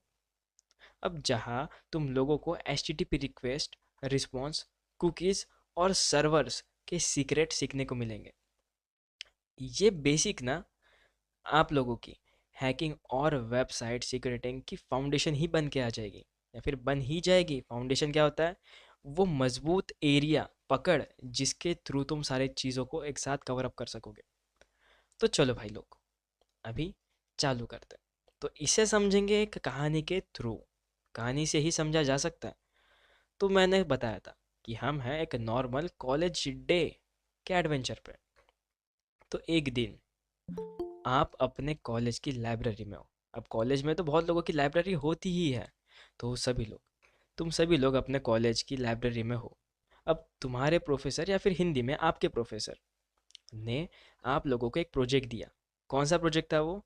कि वेब के पीछे का काम समझो, जिसे ही हम कहते हैं रिस्पॉन्स एंड रिक्वेस्ट। और एक मिनी CTF यानी कैप्चर द फ्लैग सॉल्व करो। हमें टास्क दिया है कि ये जो वेबसाइट है ना, ये जो भी वेबसाइट है यहाँ पे दिखा है टास्क, यही टास्क है। तो इसे समझो और एक CTF जो ट्रायकमी का है उसे सॉल्व करो। अब आप अपने लैपटॉप के साथ लाइब्रेरी की वाईफाई पर बैठे हो मस्त पैकी, और शुरू करते हो अपने वेब का सफ़र। लेकिन सोचो कि साथ ही साथ लेकिन सोचो साथ में कि भाई, एक हैकर के लिए वेब का बैकएंड समझना सबसे ज़रूरी है। अब वेब का बैकएंड कौन करेगा? सब कुछ याद। रिक्वेस्ट जो जाती है ना, वो बैकएंड पे ही जाती है, और जो रिस्पॉन्स आता है वो बैकएंड से ही आता है। अब बैकएंड और फ्रंट एंड की एक इमेज मेरे पास है, पर वो कहाँ है उसे ढूंढने में ही टाइम लग जाएगा। तो इतना समझो क्यों ज़रूरी है। क्योंकि वही जगह वल्नरेबिलिटीज़ का ट्रेजर होता है, यानी वही जगह होता है। अब पहला स्टेप है हमारा फाइंडिंग द सर्वर। सबसे पहले आपको पता लगाना होगा कि वेबसाइट का सर्वर कौन सा है, जिसे ही हम फाइंडिंग द सर्वर कहते हैं। यस। तो DNS यहाँ पे तुम पढ़ पा रहे हो, आई गेस मैं इसे जूम इन कर लेता हूँ। तो DNS यानी डोमेन नेम सिस्टम का काम है डोमेन नेम्स को IP एड्रेस में कन्वर्ट करना। अगर मैं कभी यहाँ पे drop.org.in लिखता हूँ तो ये डोमेन नेम है जिसको एक IP एड्रेस में कन्वर्ट किया जाता है। जैसे तुम्हारे मोबाइल में होता है, तुम किसी का नाम टाइप करते हो और कॉल उसके नाम से नहीं लगता भाई, कॉल उसके नंबर से लगता है ना? नाम डाल दिया और कॉल उसके नंबर से लगता है। उसी तरीके से DNS होता है, जो तुम्हारे IP एड्रेसेस को कन्वर्ट करता है, या कह सकते हो डोमेन नेम को, DNS को चेंज करके IP एड्रेस में कन्वर्ट करता है। अब स्टोरी में क्या थे हम, कि सोच रहे थे कि हमारी या फिर आप एक ऑनलाइन शॉपिंग वेबसाइट खोलते हो, जो अभी लेटेस्ट में चली रही है अमेज़ॉन वाली। जी बिल्कुल। तो amazon.com के हमने खोल लिया। अब आपको पता नहीं कि वेबसाइट, या कह सकते हो अमेज़ॉन का रियल सर्वर एड्रेस क्या है। अब तुमने टाइप कर दिया भाई amazon.in, यस डाल दिया, पर तुम्हें थोड़ी पता है अमेज़ॉन का रियल IP एड्रेस क्या है करके। तो DNS यहाँ एक डिजिटल डिटेक्टिव की तरह काम आता है। तो यही काम है DNS का। DNS अमेज़ॉन के सर्वर का IP एड्रेस, जो कि कुछ होता है, आई गेस एग्जैक्टली पता नहीं, पर कुछ 54 से शुरुआत होती है, याद नहीं आ रहा, पर कुछ IP एड्रेस को कन्वर्ट करके शो करता है। तो ये DNS में ना स्पूफिंग भी पॉसिबल है। अब स्पूफिंग क्या होती है? कि ओरिजिनल का नाम चेंज करके फेक वाला क्रिएट कर देना, ताकि लोगों को लगे कि ओरिजिनल ही है, पर फेक होता है, जिस पे हम अगर क्लिक करते हैं तो फंस जाते हैं। उसे हम DNS स्पूफिंग के नाम से भी जानते हैं। और DNS स्पूफिंग कहो या फिर DNS पॉइजनिंग कहो, जिससे अटैकर यूज़र को फेक वेबसाइट पर रीडायरेक्ट करता है। बस इतना ही जानना था फाइंडिंग द सर्वर में। बाकी नेक्स्ट चीज़ है भाई हमारे रिक्वेस्ट की। अब नोबिता की डिमांड, नोबिता सभी लोग जानते हैं भैया जी। तो DNS के सर्वर का पता लगाना हमने देख लिया। अब उसके बाद ब्राउज़र सर्वर को एक HTTP रिक्वेस्ट भेजता है, जो मैंने थोड़ी देर पहले बताया था। तो रिक्वेस्ट एक तरीके का डिमांड लेटर होता है, जिसमें ब्राउज़र सर्वर से कुछ स्पेसिफिक इंफॉर्मेशन मांगता है। अब HTTP रिक्वेस्ट के अलग अलग मेथड्स होते हैं। उसमें यहाँ पे तुम देख पा रहे हो एक गेट, पोस्ट, और दो होता है, जो होता है पुट और डिलीट। तो ये गेट क्या करता है? डेटा को फेच करने के लिए होता है, यानी वेबसाइट को लोड करना। पोस्ट क्या होता है? डेटा को भेजना मेरे तरफ से सर्वर के ऊपर। जैसे कि लॉगिन फॉर्म हम सबमिट करते हैं ना, तो पासवर्ड और यूज़र नेम उनके पास जाता है, बस। और पुट का मतलब क्या होता है? कि एक बार मैंने नाम अपना रख दिया पृथ्वी करके, पर अगर मुझे स्पेलिंग में चेंजेस करनी है तो मैं उसे अपडेट करूँगा। वो हम पुट में डालते हैं। इट मीन्स डेटा अपडेट करना। और डिलीट तो सभी को पता है भैया जी, डिलीट करना ही होता है, इसमें कोई रॉकेट साइंस नहीं है। तो सोचिए कि आप एक कैंटीन में बैठे हो और नोबिता वेटर है, और नोबिता वेटर नहीं है, नोबिता वेटर को बोलता है कि मैं स्टोरी भूल गया यार, मुझे स्टोरी फिर से रिक्रिएट करनी पड़ेगी। मतलब नोबिता वेटर को बोलता है कि उसे या मुझे एक कोल्ड कॉफ़ी चाहिए। अब जब वो बोलता है मुझे कोल्ड कॉफ़ी चाहिए, इसका मतलब वो गेट रिक्वेस्ट सेंड करता है, और मेरी ऑर्डर स्लिप है request header parameter. Do not worry about it, let me show you कि रिक्वेस्ट हेडर पैरामीटर कैसे होते भैया। तो इसे मैं जैसे ओपन करता हूँ तो तुम मेरे नेटवर्क पैनल को देख सकते हो। इसे मैं रिलोड करता हूँ और अभी के अभी गेट और जितने भी है सारी चीज़ को कवर अप करता हूँ। Amazon.in, अरे बहुत नीचे आ गया मैं तो गलती से। Amazon.in, इसके ऊपर मैं करता हूँ क्लिक और हेडर के ऊपर क्लिक करता हूँ, और इसे मैं जूम इन कर देता हूँ तो तुम्हें ज़्यादा बेहतर तरीके से दिखेगा। कुछ ज़्यादा ही जूम इन कर लिया मैंने। ओके, थोड़ा सा zoom out. Yes, I hope तुम्हें विजिबल होगा करके। रिक्वेस्ट यूआरएल, इसी चीज़ की मैं बात कर रहा हूँ, है ना, है ना। थम थम टाइप करना, ज़रा ऐसा थम टाइप करना अगर तुम्हें दिख रहा है करके। ओके, बढ़िया। तो ये जो है ना रिक्वेस्ट, तो मैं क्या कह रहा था कि नोबिता बोलता है वेटर को कि मुझे कोल्ड कॉफ़ी चाहिए, जिसको हम गेट रिक्वेस्ट के नाम से भी जानते हैं। ये गेट दिख रहा है तो मैं यहाँ पे वो ही गेट की बात कर रहा हूँ मैं। और ये मेरी ऑर्डर स्लिप है कि भाई ये देखो मैंने पेमेंट कर दिया, ये मेरी ऑर्डर स्लिप है। अब ये स्लिप में क्या होता है, रिक्वेस्ट हेडर और पैरामीटर्स। रिक्वेस्ट हेडर और पैरामीटर्स, तो रिक्वेस्ट हेडर और पैरामीटर्स, पैरामीटर्स ये देखो भाई, यही है हेडर, ये पूरा हेडर ही है। ये जो पूरा टैब है ना, हेडर का ही टैब है। ये देखो हेडर का ही टैब है, और मैं मन से नहीं कह रहा हूँ। ये देखो रिस्पॉन्स हेडर, रिक्वेस्ट हेडर दिखा अभी नीचे में, रिक्वेस्ट हेडर दिखा नीचे में। यही है भाई मेथड, हमारी गेट थी। हमने क्या करा, एच वेबसाइट को बोला कि भाई वेबसाइट लोड करवा दो। कुछ कुकीज़ है जिसको तुम कॉपी करके मेरी वेबसाइट के थ्रू आ सकते हो, और मैंने लॉगिन करा है तो इस कुकीज़ से तुम मेरे जगह लॉगिन कर सकते हो और मुझे हैक कर सकते हो, जो लोग समझ गए होंगे तो ये कुकीज़ क्या होती है आगे समझेंगे ज़रूर, वैसे मैंने दिखा तो दिया पर आगे समझेंगे ज़रूर। वेटर, वेटर जो हमारा सर्वर है, आराम से आराम से आराम से सांस ले लो, 2-3 सांस ले लो। ओके, वेटर जो हमारा सर्वर है, अब नोबिता का ऑर्डर लेके प्रोसेस करने आ जाता है, प्रोसेस करने चला जाता है। उसका स्लिप ले लिया, अब उसे प्रोसेस करने चला जाता है, बस इतना काम कर लिया। तो हमने रिक्वेस्ट को समझ लिया, हमने रिक्वेस्ट को समझ लिया। जिनको नोट डाउन करना है वो लिखो कि गेट रिक्वेस्ट होती है और रिक्वेस्ट पैरामीटर्स होते हैं जो सर्वर के ऊपर गेट मेथड के थ्रू चले जाते हैं, इतना। गेट रिक्वेस्ट और रिक्वेस्ट हेडर। अब तीसरी चीज़ है भाई रिस्पॉन्स, रिस्पॉन्स भी आना ही चाहिए। तो वेटर का रिस्पॉन्स क्या था, रिक्वेस्ट भेजने के बाद सर्वर उसका रिप्लाई करता है, ये रिप्लाई होता है H T T P response. मजाक कर रहा हूँ, नहीं सच में। अब वो तो मैंने हटा दिया, पर इसे फिर से देखा जा सकता है। तो H T T P response वही रिस्पॉन्स में आता है जो हमारी एक वेबसाइट का पेज एक्सेट्रा एक्सेट्रा। तो एच टी टी पी के दो रिस्पॉन्स या रिस्पॉन्स के दो मेजर पार्ट्स होते हैं। पहला उसका स्टेटस कोड, और दूसरा उसकी रिस्पॉन्स बॉडी। मैं दिखाता हूँ, मैं दिखाता हूँ लाइव प्रूफ, मैं दिखाता हूँ, डोंट वरी। मैंने इसे हटा के दिया, पता नहीं इसे हटाना नहीं चाहिए था। इसे रिलोड करता हूँ, Amazon.in पहले ही आ जाएगा, और बहुत सी कचरे वाली चीज़ मेरे सामने आ जाती है। तो जैसे मैं इस पर क्लिक करता हूँ, इसे ज़्यादा जूम इन करता हूँ तो तुम्हें ज़्यादा विजिबल होगा। अरे काकी, ई का हो गया, चलो जो भी है भाई, सही हुआ जो भी हुआ। तो रिक्वेस्ट पैरामीटर देख लिया, इसको बंद करो। रिस्पॉन्स रिक्वेस्ट हेडर को भी देख लिया, इसे भी बंद करो। अब रिस्पॉन्स में क्या है हमें, रिस्पॉन्स में पहली चीज़ सर्वर का स्टेटस कोड, यहाँ पे रिस्पॉन्स टैब में ही दिखा देता हूँ। अच्छा ये नहीं दिखेगा, जनरल में ही दिखाता हूँ फिर। तो रिस्पॉन्स कोड हमें आ गया 200 ओके। इसे हम स्टेटस कोड के नाम से जानते हैं। सर्वर ने रिक्वेस्ट सक्सेसफुली प्रोसेस की है या नहीं, ये रिक्वेस्ट स्टेटस कोड ही बताता है हमें। 200 ओके का मतलब सब कुछ बराबर है।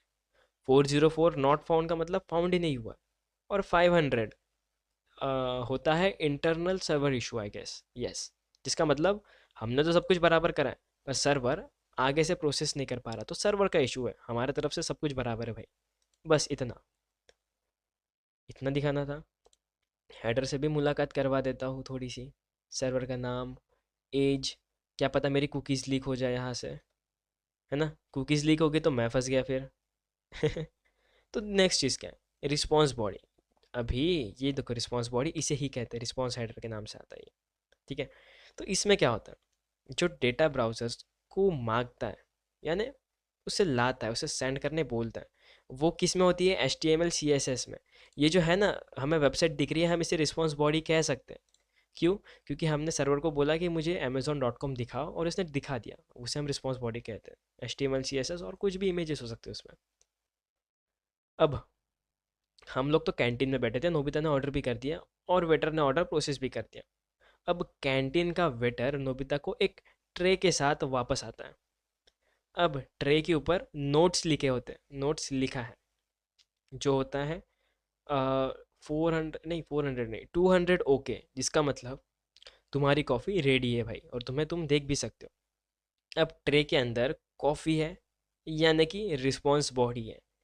अगर कॉफ़ी अनअवेलेबल होती है हमारे लिए, तो सीधी सीधी बात है, हम कहते कि भाई कॉफ़ी हमें मिली ही नहीं, जो coffee not found, 404 coffee not found, या फिर ट्रे नॉट फाउंड, जो भी तुम कह सकते हो। पर अगर कॉफ़ी दिख रही है तो कह सकते हैं कि हमें रिस्पॉन्स बराबर मिला है। बस, अगर तुम्हें रिस्पॉन्स भी समझ में आ गया तो बहुत बढ़िया। अब बात करता हूँ मैं कुकीज़ की। अब मैं बात करता हूँ कुकीज़ की। अब देखो भाई, याद करो कि नोबिता ने कुछ ऑर्डर करा था, तो कुकीज़ भी वही कुछ करती है। कुकीज़ सर्वर की एक छोटी सी मेमोरी चिप में होती है, जो ब्राउज़र को यूज़र के बिहेवियर्स को याद रखती है। मतलब small bits of data that are stored in your browser. बस, स्मॉल बिट एक छोटी सी जगह पे स्टोर होती है। तो कुकीज़ यूज़र की इंफॉर्मेशन स्टोर करती है, जैसे session ID, preferences, etcetera etcetera. और ये मैं खुद से कह रहा हूँ क्या? नहीं भैया, वो वहीं पे था कुकीज़ वाले ऑप्शन पे। अगर मैं कुकीज़ दिखा देता तो मैं ही एक्सपोज हो जाता गलती से ही सही। पर जब भी ब्राउज़र सेम सर्वर से कनेक्ट होता है, तो 10 बार मेरे ही नाम का बंदा आ गया, वो भी फ्री फायर की आईडी लेके। क्या बात है? सही है। तो जब भी ब्राउज़र सेम सर्वर से कनेक्ट होता है, तो वो कुकीज़ भेजकर बनाता है। मतलब एक बार हम कनेक्ट हो गए तो एक कुकीज़ बन गई, यहाँ पे वो कुकीज़ इस तरीके से दिखेगी। कुकीज़ साइट में तुम देख पा रहे हो, कुकीज़ 3 कुकीज़ है भाई। जिस कुकीज़ में मेरा नाम भी लिखा हो सकता है, इस कुकीज़ में हो सकता है मेरा नाम, मेरा पासवर्ड वगैरह सेव हो, अगर मैं तुम्हें शो करवाना भी चाहूँ तो हो सकता है। देखो भाई, बहुत कुछ है इसमें सेव करने लायक। तो ये दिखाना था कि एक बार हम किसी वेबसाइट से कनेक्ट हो गए तो एक कुकीज़ बनती है। क्यों बनती है? ताकि हम हर बार उस वेबसाइट को विजिट करें तो हमें 10 बार अपना लॉगिन पासवर्ड डालना ना पड़े। एक बार तुम इंस्टाग्राम अगर लॉगिन करते हो अपने वेब ब्राउज़र पे, तो हर बार तुम्हें इंस्टाग्राम को लॉगिन नहीं करना पड़ता।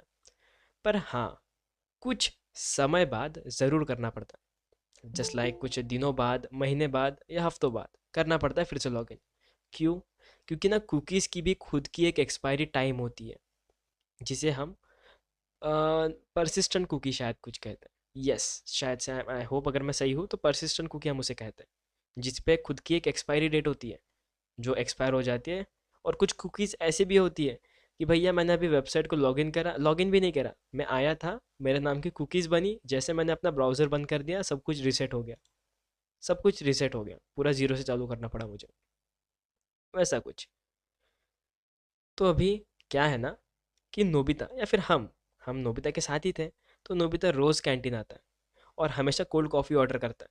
तो कैंटीन मैनेजर के पास एक डायरी होती है, जो हमेशा नोट डाउन करता है। तो नोबिता कोल्ड कॉफ़ी लेता है, अगर वो आया तो उसका ऑर्डर रेडी रखो भाई। वैसे ही अगर हम किसी वेबसाइट पे आते हैं और अपनी कुकीज़ फाइल को सेंड कर देते हैं, तो भैया ये बंदा पहले से लॉगिन था, इसे जल्दी से लॉगिन कर दो, क्योंकि इसकी कुकीज़ बराबर है। That's it.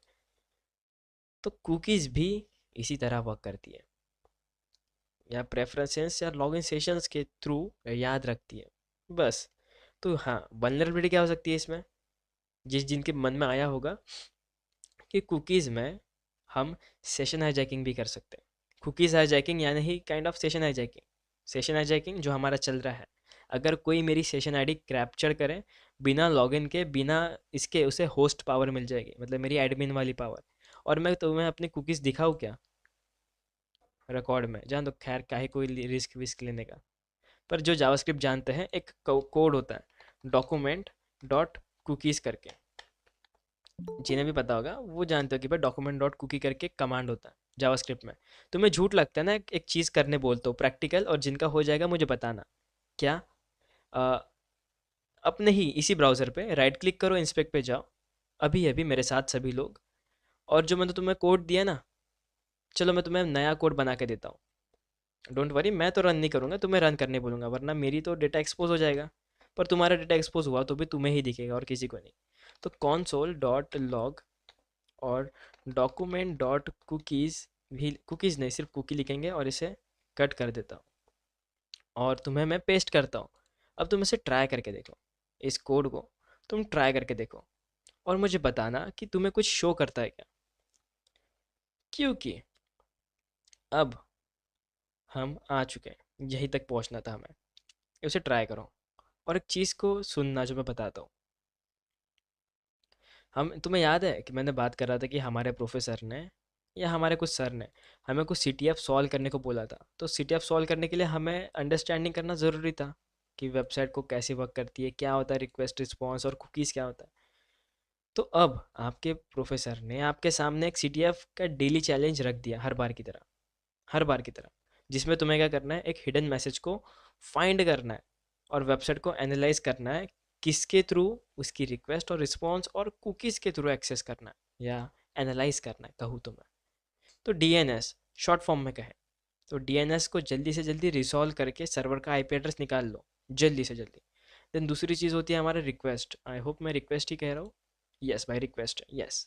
तो गेट और पोस्ट रिक्वेस्ट को एनालाइज कर लो और उसकी एंडिंग पॉइंट्स को समझ लो। अब ये एंड पॉइंट्स क्या होता है, बबसूट जब देखेंगे समझ में आ जाएगा। एंड पॉइंट्स यानी वही, जस्ट लाइक वो स्लैश लॉगिन होता है ना, उसे ही हम एंड पॉइंट्स कहते हैं। एंड पॉइंट्स जो आखिरी में ख़त्म होते हैं उसे हम कहते हैं। फिर नेक्स्ट चीज़, रिस्पॉन्सेस। रिस्पॉन्सेस के हेडर और रिस्पॉन्सेस की बॉडी को इंस्पेक्ट करो। कैसे करेंगे वो सारी चीज़ों को? राइट क्लिक करके, जैसे मैंने चेक करा था रिस्पॉन्स की बॉडी, दिखाया था तुम्हें अमेजोन की, वैसे कुछ। और कुकीज़ को क्या करेंगे भैया, एनालाइज करेंगे। क्यों? ताकि उसमें रखी गई सेशन आईडी और फ्लैग्स को डिटेक्ट कर सकें। बस इतना ही। तो इतना तो समझ लिया, सभी को समझ लिया, सारा टॉपिक को कवर कप कर लिया। तो एक लास्ट चीज़ तो बच गई भाई। कौन सी? कि वेब के पीछे का साइंस समझना एक साइबर वॉरियर बनने की फर्स्ट स्टेप है। अब आप रिक्वेस्ट रिस्पॉन्स सर्वर और कुकीज़ के किंग बन चुके हो। आई होप तुम बन चुके हो, या मुझे तो पता है तुम बन ही चुके हो। होप क्या करना है, बन ही चुके हो भाई तुम तो अभी। बस एक बार फिर से वीडियो को फिर से देख लेंगे और रेडी हो गए भाई सभी कुछ के लिए। तो सीटीएफ को हैक करो, और क्या करेंगे, और अपना नाम रोशन करो, रोशन सर की तरह। ठीक है? अब मुझे बताओ कि किन किन लोगों ने console डॉट लॉग को रन करके देखा, और तुम्हें क्या शो करा वो बताओ। हाँ ना में सवाल नहीं पूछ रहा मैं तुम्हें, यस और नो में सवाल नहीं पूछ रहा हूँ मैं, तुम्हें पूछ रहा हूँ कि तुम्हें क्या दिखा भाई। कुछ लिख अब कोई भी मुझे कॉपी मत करना, मतलब काइंड ऑफ कॉपी करके पेस्ट मत करना, जस्ट बताओ तुम्हें क्या दिखा, तुम्हें क्या दिखा वहाँ पे। कुछ दिखा भी या फिर नहीं दिखा कुछ, ये भी जानना चाहता हूँ मैं। और कुछ नहीं दिखा तो फिर मैं दिखाता हूँ मेरे इसमें कि कैसे दिखता है करके। तो आई होप तुम सभी लोग भाई मैसेज तो करोगे पक्का। मैनी लेटर्स, बहुत बढ़िया। लेटर्स कह सकते हो, अल्फ़ाबेट्स, बहुत सारा कोड जैसा। दोबारा बताओ कहाँ सर्च करना है। ये कोड जो मैंने तुम्हें दिया है उसे मैं पिन ही कर देता हूँ, इसे कॉपी करो। जिनको जावास्क्रिप्ट पता है वो समझ गए होंगे मैं क्या करने कह रहा हूँ। जस्ट अपने डॉक्यूमेंट या कुकीज़ को शो करवा रहा हूँ तुम्हारे खुद के डेस्कटॉप के सामने। अगर तुम मोबाइल में हो तो मोबाइल में तो नहीं हो पाएगा यार, पर अगर मोबाइल पे नहीं हो तो कर सकते हो। तुम्हें जाना है कंसोल वाले टैब पे, और यहाँ पे तुम्हें वो कोड कॉपी जो करा है ना उसे पेस्ट करना है और रन करना है। मैं रन करूँगा फंस जाऊँगा, पर अगर तुम चाहते हो मैं रन करूँ तो मुझे रिकॉर्डिंग्स को पॉज करना पड़ेगा, जो मैं नहीं करना चाहता। ठीक है? तो ये ट्राई करो, हो जाएगा। सेशन आईडी मिल जाएगी तुम्हें वहीं पे। और बताओ, तुम 4-5 लोगों ने करा कि बहुत लोगों ने करा होगा? टर्मक्स पे करें? टर्मक्स पे तुम्हें करना है तो क्या करना होगा? नहीं, टर्मक्स पे तो यार वार्निंग आ रही है। देखो मैं बताता हूँ कैसी आ रही होगी। राइट क्लिक करा, इंस्पेक्ट करा हमने, इंस्पेक्ट करा और कंसोल टैब पे गए और इसे कर दिया बंद, और राइट क्लिक करके सेम कोड को मैंने पेस्ट कर दिया और एंटर कर दिया। तो कुछ ऐसे ही अलग अलग से अल्फ़ाबेट्स तुम्हें दिख रहे होंगे, है ना? ऐसे कुछ अलग अलग से तुम्हें अल्फ़ाबेट्स दिख रहे होंगे। अब भाई ये क्या है, आई डोंट नो एग्जैक्टली। इसी को हम कुकीज़ कहते हैं, जिसके अंदर अपना कुछ अलग डेटा स्टोर होता है। वार्निंग आ रही है? नहीं आनी चाहिए थी यार वैसे वार्निंग तो, पर अगर आ रही है तो क्या पता। राइट क्लिक करके इंस्पेक्ट पे जाएंगे और एक बार कुकीज़ को चेक भी करेंगे, कौन सी जो अप्लीकेशंस में होती है हमारी, नॉर्मल वाली कुकीज़। अच्छा, मैं बहुत ज़्यादा फास्ट एंड फ्यूरियस कर दिया तो हो सकता है साउंड मेरा गया होगा, ठीक है। तो तुम देख पा रहे हो मेरे कुकीज़ को, जिसकी अलग से सेशन आईडी होती है। जो तुम एस आईडी देख पा रहे हो, अबे दिख ही गया क्या? एस आईडी देख पा रहे थे, उसे हम सेशन आईडी कहते हैं। डोंट वरी, सेशन आईडी हर नए सेशन पे दूसरी बनती है, तो अगर तुम्हें सेशन आईडी दिख भी गई तो तुम उसे लॉगिन नहीं कर पाओगे। एज में वार्निंग तो नहीं आ रहा मेरे केस में। कमांड नहीं, तो वो कमांड टर्मक्स पे वर्क नहीं करेगा। कमांड टर्मक्स पे नहीं करेगा ना वैसा तो।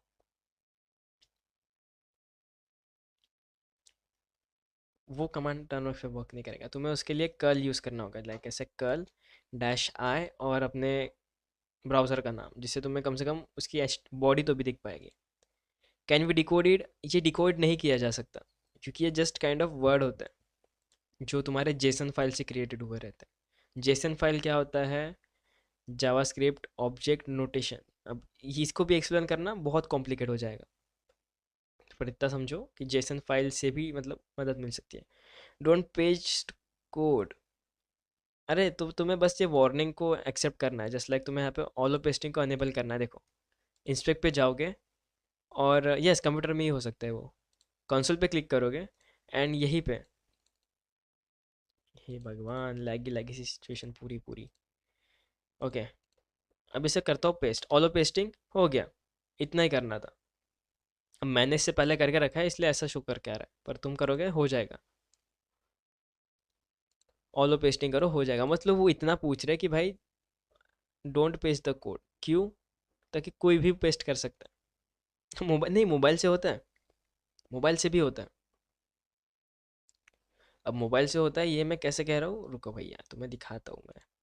क्या मेरा लोकल होस्ट चाल, अच्छा, अरे बाप रे, मैं भूल गया था कि मेरा वीपीएन भी चालू है करके, इसलिए मेरे साउंड में थोड़ा इशू आ रहा होगा, क्या पता। मैं भूल गया था मेरा वीपीएन चालू है करके। तुम्हें झूठ लगता है तो मैं तुम्हें ट्रैक में के वीपीएन से कनेक्ट भी करके दिखवा सकता हूँ खुद को। ये देखो भाई, मैं कनेक्टेड हूँ और फ्लैग भी मिल चुका है मेरा कनेक्शन वेरीफाइड का। मैं भूल गया था इसलिए मेरा नेट थोड़ा स्लो चल रहा है।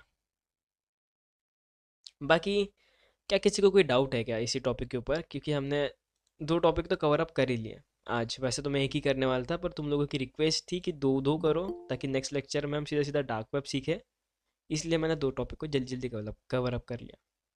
ये कह सकते हो अपने ही टाइम पे करा, थोड़ा सा टाइम ज़्यादा लग गया। और थैंक यू जो लोग भी थे जिन्होंने भी कॉपरेट करा, जिनने भी कॉपरेट करा। तुमने वादा करा था कि तुम नहीं जाओगे और तुम नहीं गए, थैंक यू। अरे नहीं करना था पेस्ट, क्या कर दिया? तो यही तो, तुम्हें कोई कचरा नहीं दिख रहा है, वही कुकी होती है। अब तुम्हारे कुकी से कोई सेशन हाईजैक कर सकता है? मैं तो नहीं कर रहा, पर कर सकते हो। सर्च कहाँ पे करना है ये? सर्च कहाँ पे करना है? इंस्पेक्ट पे कंसोल टैब पे जाके। नो डाउट, सभी को नो डाउट, मतलब किसी को भी कुछ डाउट नहीं है पक्का? किसी को भी कुछ भी डाउट नहीं है? नहीं है, नहीं है, नहीं बोल के या फिर हाँ बोल के ख़त्म कर दो भाई, नहीं है करके, नहीं है भाई डाउट। पर मज़ेदार हो भाई। सभी लोग थोड़ा विचित्र हो, विचित्र। आईडी में अगर क्या होता है इसके बाद में, आर्डिनो में तूफान, तूफान का नाम सुना है? आईडी में वही होता है। हम अपने तरफ से थोड़े से कोडिंग की प्रैक्टिस करते हैं उसमें।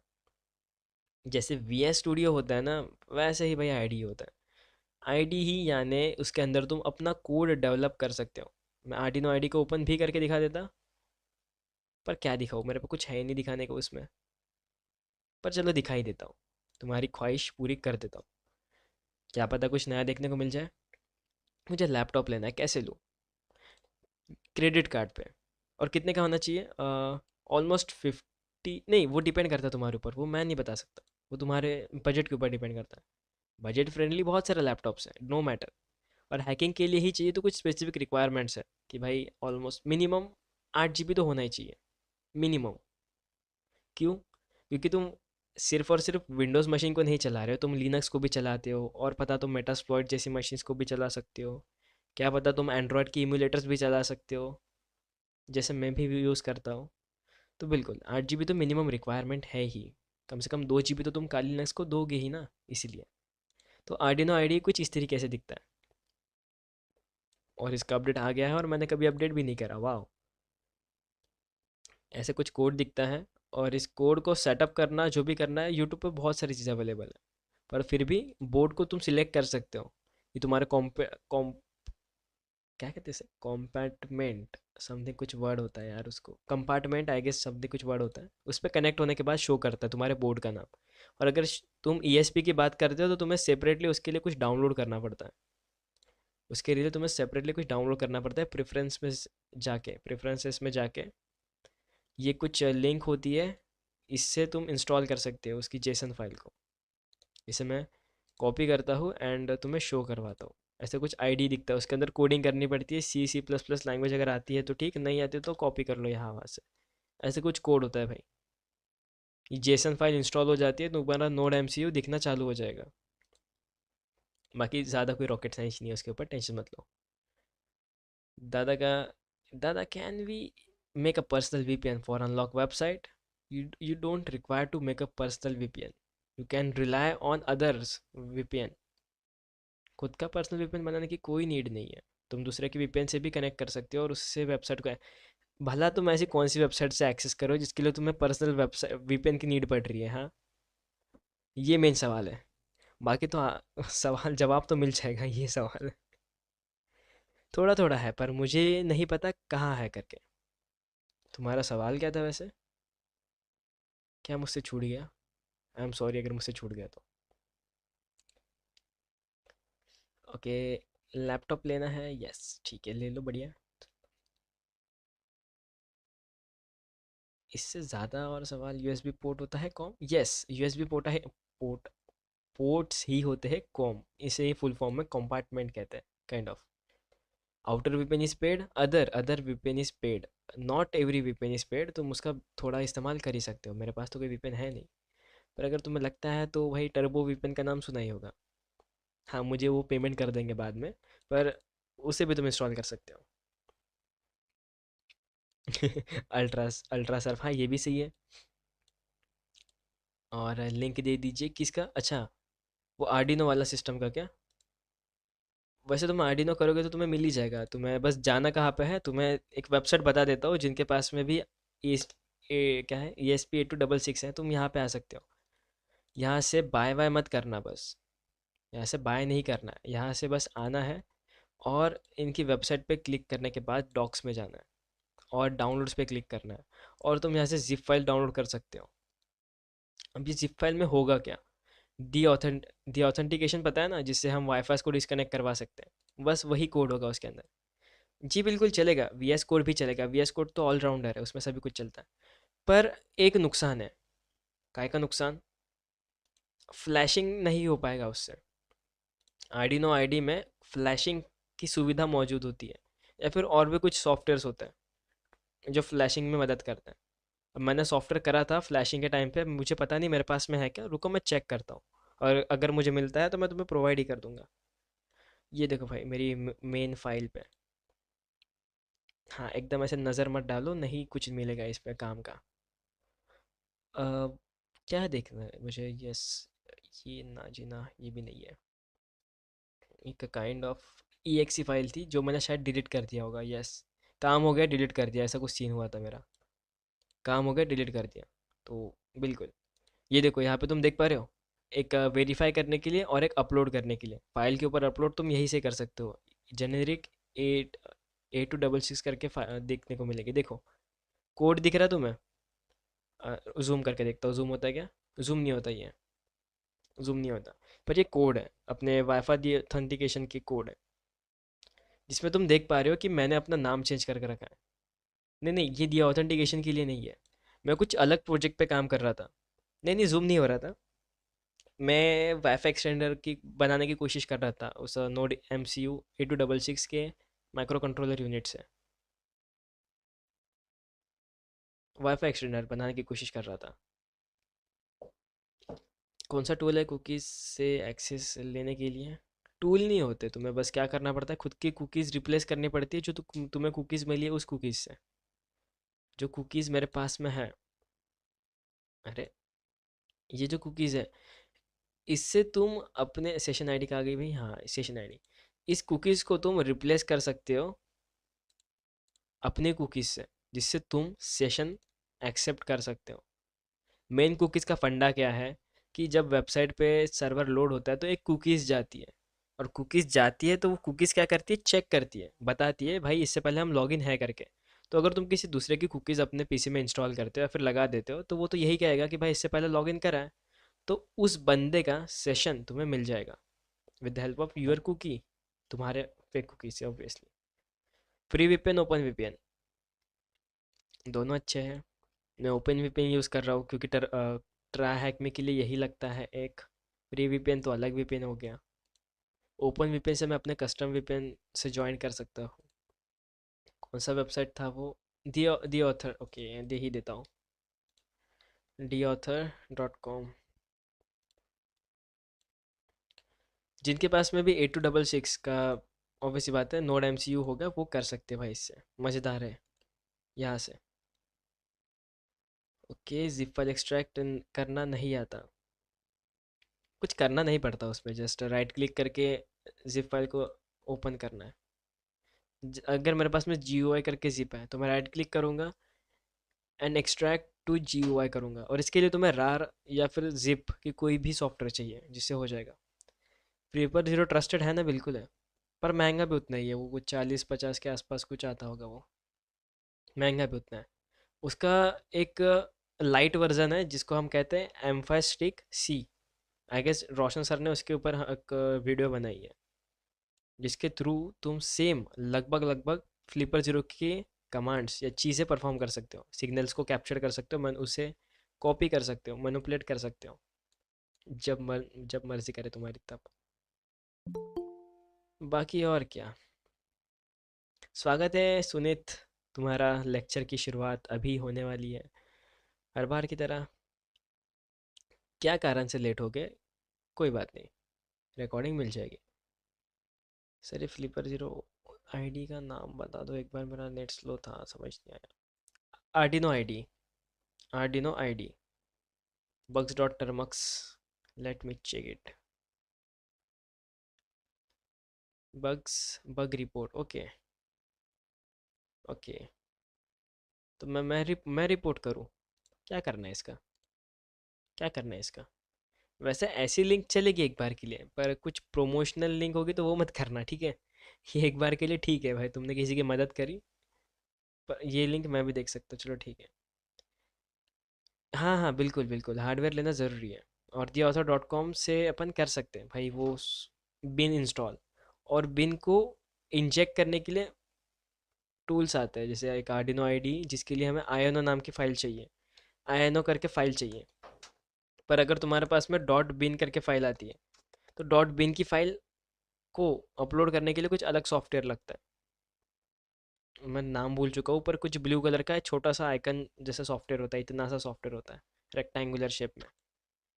उसे तुम देख सकते हो, यूट्यूब पे है भाई वीडियो, तो यूट्यूब पे है, देख लेना उसे भी। वो सभी कुछ यूट्यूब पे है, डाउनलोड करने के बाद क्या करना है वो सभी कुछ यूट्यूब पे है। क्यों मैं यूट्यूब की बात कर रहा हूँ, क्योंकि ये अपना टॉपिक ही नहीं है, उसको सेटअप करना अगर अपना टॉपिक ही नहीं है, ये ऑफ टॉपिक हो गया सब कुछ, इसलिए। बाकी नेक्स्ट लेक्चर में डार्क वेब डीप वेब में कौन सा वीपीएन मैं यूज़ करूँगा, कोई भी नहीं, एक भी वीपीएन इस्तेमाल नहीं करूँगा।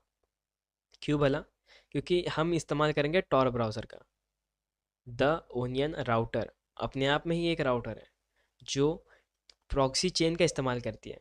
यस, ओनियन राउटर तो अपने आप में प्रॉक्सी चेन का इस्तेमाल करती है, मतलब अलग अलग अलग वेबसाइट अलग अलग अलग आईपी से कनेक्ट होती है।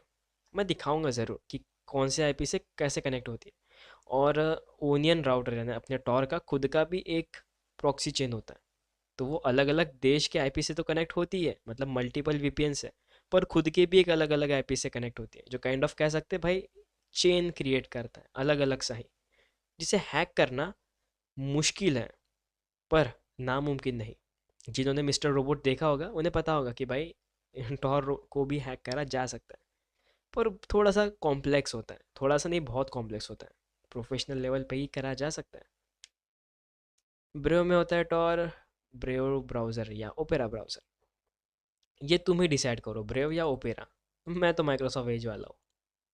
ब्रेव तो मैं ऐसे ही लॉगिन के लिए यूज़ करता हूँ, उसमें तुम्हारे ही क्रेडेंशियल्स होते हैं। सर तो वो इंस्टॉल करने के लिए टॉर इंस्टॉल नहीं, अपने लिनक्स में पहले से ही होता है। लिनक्स भाई साहब पहले से टॉर इस्तेमाल होता है उनमें, तो टॉर डायरेक्ट ही वहाँ से इस्तेमाल करेंगे अपन। और अगर लगता है तो टॉर इंस्टॉल करेंगे, पर बिना गाइडेंस के, मतलब जब तक मैं तुम्हें शो नहीं करवाता तब तक कोई भी एक्सेस मत करना डार्क वेब को, फंस जाओगे फालतू में। कि भाई कौन कौन सी चीज़ों को ध्यान रखना पड़ता है जब हम टॉर ब्राउज़र का इस्तेमाल करते तो। इंस्टॉल नहीं हो रहा है? अरे बाप रे, ये तो समस्या होगी बीडू। डॉक्स में जाएंगे, डाउनलोड्स पे एंड राइट क्लिक करके तुम्हें मैं कर देता हूँ इसकी। ओके, ओके जस्ट डाउनलोड पे क्लिक करना था, just download, that's it. Zip file तुम्हारी डाउनलोड हो जाएगी, मैं इसे कट करता हूँ क्योंकि मुझे नीड नहीं है उसकी। Refresh, zip file, right click करके, लिंक नहीं हो सकती क्या भैया जी इसकी? इंस्पेक्ट, माइक टूट गया मेरा, वाह, वाह, माइक टूट गया, वाह। अरे कोड वोड ढूंढने से अच्छा यहीं से जाओ, हो जाएगी डाउनलोड, मेरे में तो हो रही है डाउनलोड। और कुछ? यस, अच्छी बात है, पर एक बार डिलीट करना और फिर से चलाना।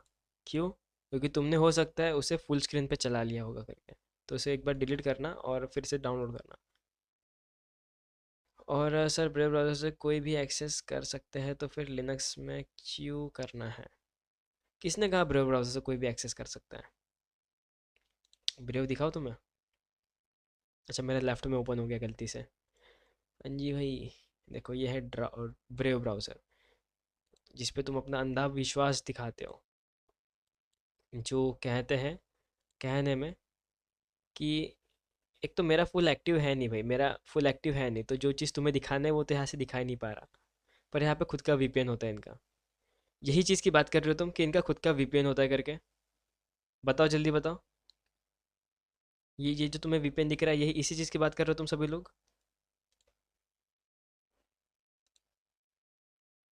अरे तुम्हारे सवाल ऊपर नीचे हो गए क्या? अरे मेरा नेट नहीं चल रहा है गैस, है ना? नहीं नहीं, चल तो रहा है, चल तो रहा है, चल तो रहा है। Control N please press, control N कर दिया प्रेस, नया टैब में आ गए। और कुछ? टॉर भी है इसमें, टॉर भी है इसमें, टॉर भी है इसमें। मेरे इसमें शो क्यों नहीं कर रहा यार? मैंने, हो सकता है मेरा नया नया से ही सब कुछ है तो नहीं कर रहा होगा show. I don't exactly know, मुझे नहीं पता, मतलब क्या इंग्लिश बात तो कर रहा हूँ मैं, नहीं पता मुझे। Control alt N, control alt N पे तो मैंने प्रेस तो कर दिया, कुछ हुआ तो नहीं? कस्टमाइज कस्टमाइज से कुछ होता है? बिल्कुल एनोनिमस हो सकते हैं, बस कुछ लापरवाही ना करे तो। अगर हमने लापरवाही करी और पकड़े गए तो पकड़े गए भाई, पर अगर सब कुछ बराबर कर दिया तो कोई टेंशन लेने वाली बात नहीं है।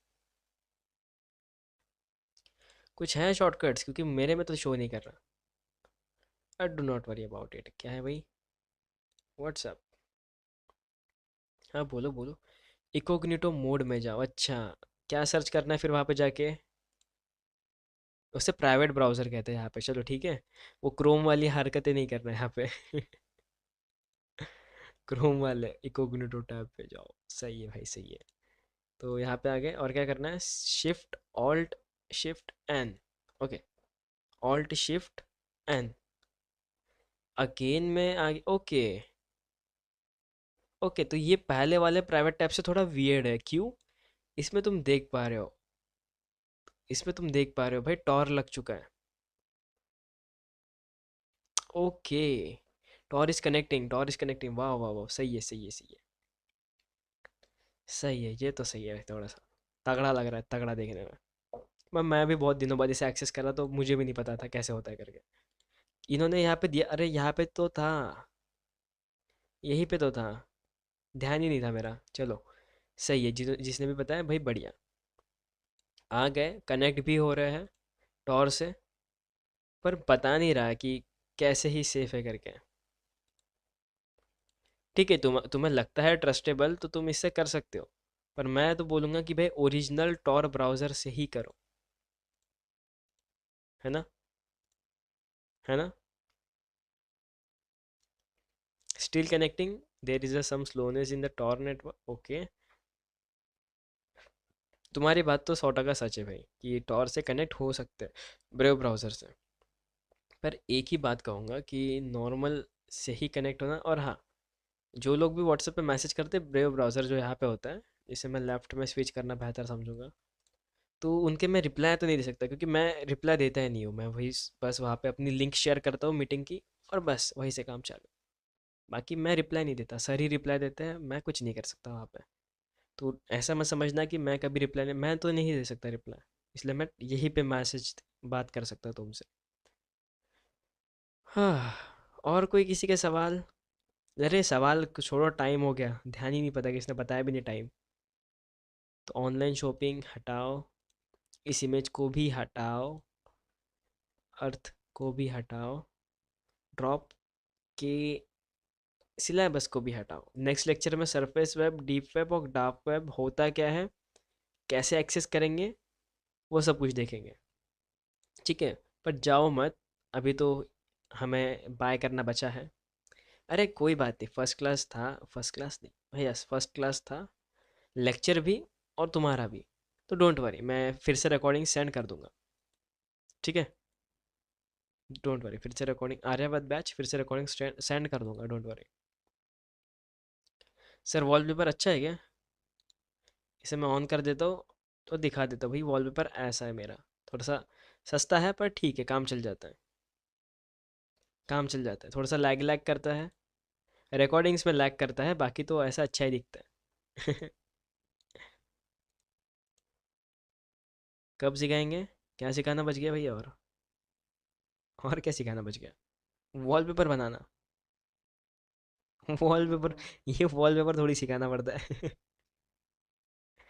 ये ड्रॉप ने दिया हुआ वॉलपेपर, ये पूरा ओरिजिनल। ये ऐसे तुम देख पा रहे हो, बस ये दो मॉनिटर को हटा के मेरे पास ये सेटअप है, सिर्फ इतनू सा सेटअप है, इतनू सा, जिसमें कीबोर्ड भी बराबर है, माउस भी ऐसा ही है, हेडफोन्स, एक्स्ट्रा स्टफ, कैची वैची सब साइड में रखता हूँ, मोबाइल रखने के लिए, गाने बजाने के लिए, और घड़ी घड़ी ऐसी नहीं है पर मेरे पास में। बाकी ऑलमोस्ट सेटअप इसी तरह है, एक छोटा सा normal average setup, that kind of wallpaper. So if you want such wallpaper, मिल जाएगा कभी ना कभी, डोंट वरी। अभी इसके ऊपर का नाम हटाना पड़ेगा, अब ये कैसे हटाऊंगा मुझे भी नहीं पता। एआई का इस्तेमाल कर लो, क्या पता बन जाए। डोंट वरी, मिल जाएगा कभी ना कभी।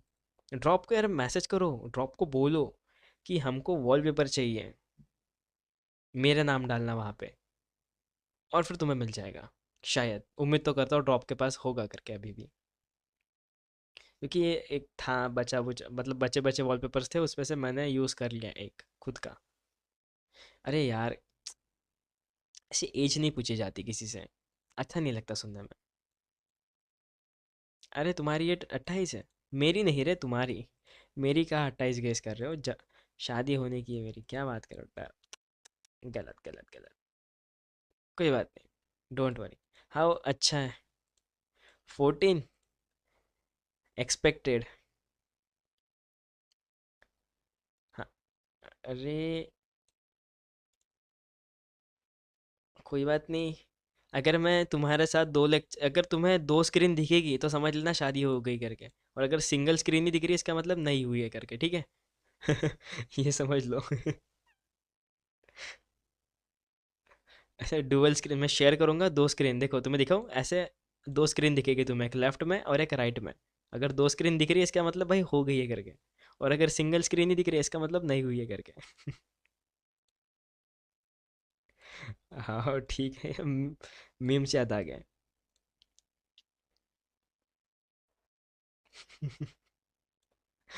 यस, यही तो करना है, बातों में फंसाना है, बातों में फंसाना है। अच्छा, स्क्रीनशॉट निकालना है तुम्हें वॉलपेपर का, कुछ फ़ायदा नहीं स्क्रीनशॉट निकाल के। लाइक अगर तुम मतलब तुम्हें थोड़ा सा वियर्ड दिखेगा, देखो यहाँ पे पढ़ा पढ़ाया सब कुछ दिखेगा तो अच्छा नहीं लगेगा, तुम्हें क्रॉप करना पड़ेगा। इतनी मेहनत मत करो। तुम क्या करो, मेल डाल दो ड्रॉप पे, वॉलपेपर चाहिए करके, और वो तुम्हें सारे कुछ वॉलपेपर्स दे देंगे। और अगर लगता है तो इसे मैं और अच्छा बनाने की कोशिश करूंगा, डोंट वरी। टेंशन, अरे हैकिंग का टेंशन लो, वॉलपेपर का थोड़ी लेना पड़ता है टेंशन। और दो तीन बच्चे तो ऐसे पूछ रहे शादी हो गई क्या करके। मैं बोला ना, दो स्क्रीन दिखाऊंगा तो हो जाएगी। अभी फिलहाल टाइम है भाई, अच्छी खासी जिंदगी को बर्बाद क्यों करना, है ना। बाकी जैसे तुम कहो। बाकी समय बहुत हो गया है, माफ़ करना, समय रिकॉर्डिंग्स वालों, माफ़ करना यार, तुम्हारे तरफ ध्यान था पर क्योंकि 11:31 हुए नहीं ना, इसलिए मैं रुका था, इसलिए। तो हर बार की तरह, हर बार की तरह भाई सब लोग लग जाओ अपने काम पर। कौन सा, आज के लेक्चर के लिए इतना ही। आई होप तुम्हें कंसेप्ट सारे के सारे समझ में आ गए होंगे। और देखो भाई, हमने आज क्या पढ़ा, कि वेब के पीछे का साइंस समझा, और एक साइबर वॉरियर को बनने का पहला स्टेप ही तो यही है। अब आप रिक्वेस्ट रिस्पॉन्स सर्वर और कुकीज़ के किंग भी बन चुके हो। तो भाई, सीटीएफ को हैक करो और अपना नाम रोशन करो, जैसे हमारे रोशन सर ने करा। और इसी तरीके से, Jai Hind. This is your coach Prithvi Barapatra. I hope you love the lecture. If you like the lecture, then definitely you have to mention your क्या कहते हैं भैया उसको, वो जो होता है ना, पोल, होता है फीडबैक, यस फीडबैक ज़रूर देना। और बस इसी तरह मिलता हूँ अगले लेक्चर में किसी नए टॉपिक में, किसी नए कंसेप्ट के साथ, किसी नए प्रैक्टिकल में, किसी और मज़ेदार चीज़ के साथ। चलो इसी तरीके से, हाँ जिसको भी अगर लगता है भाई रोना, कोई बात नहीं, मैं ज़रूर आंखें पूछूंगा, डोंट वरी। आज के लेक्चर के लिए इतना ही। That's it for today. मिलते हैं अगले लेक्चर में। This is your coach Prithvi Barapatra, signing off. Happy hacking.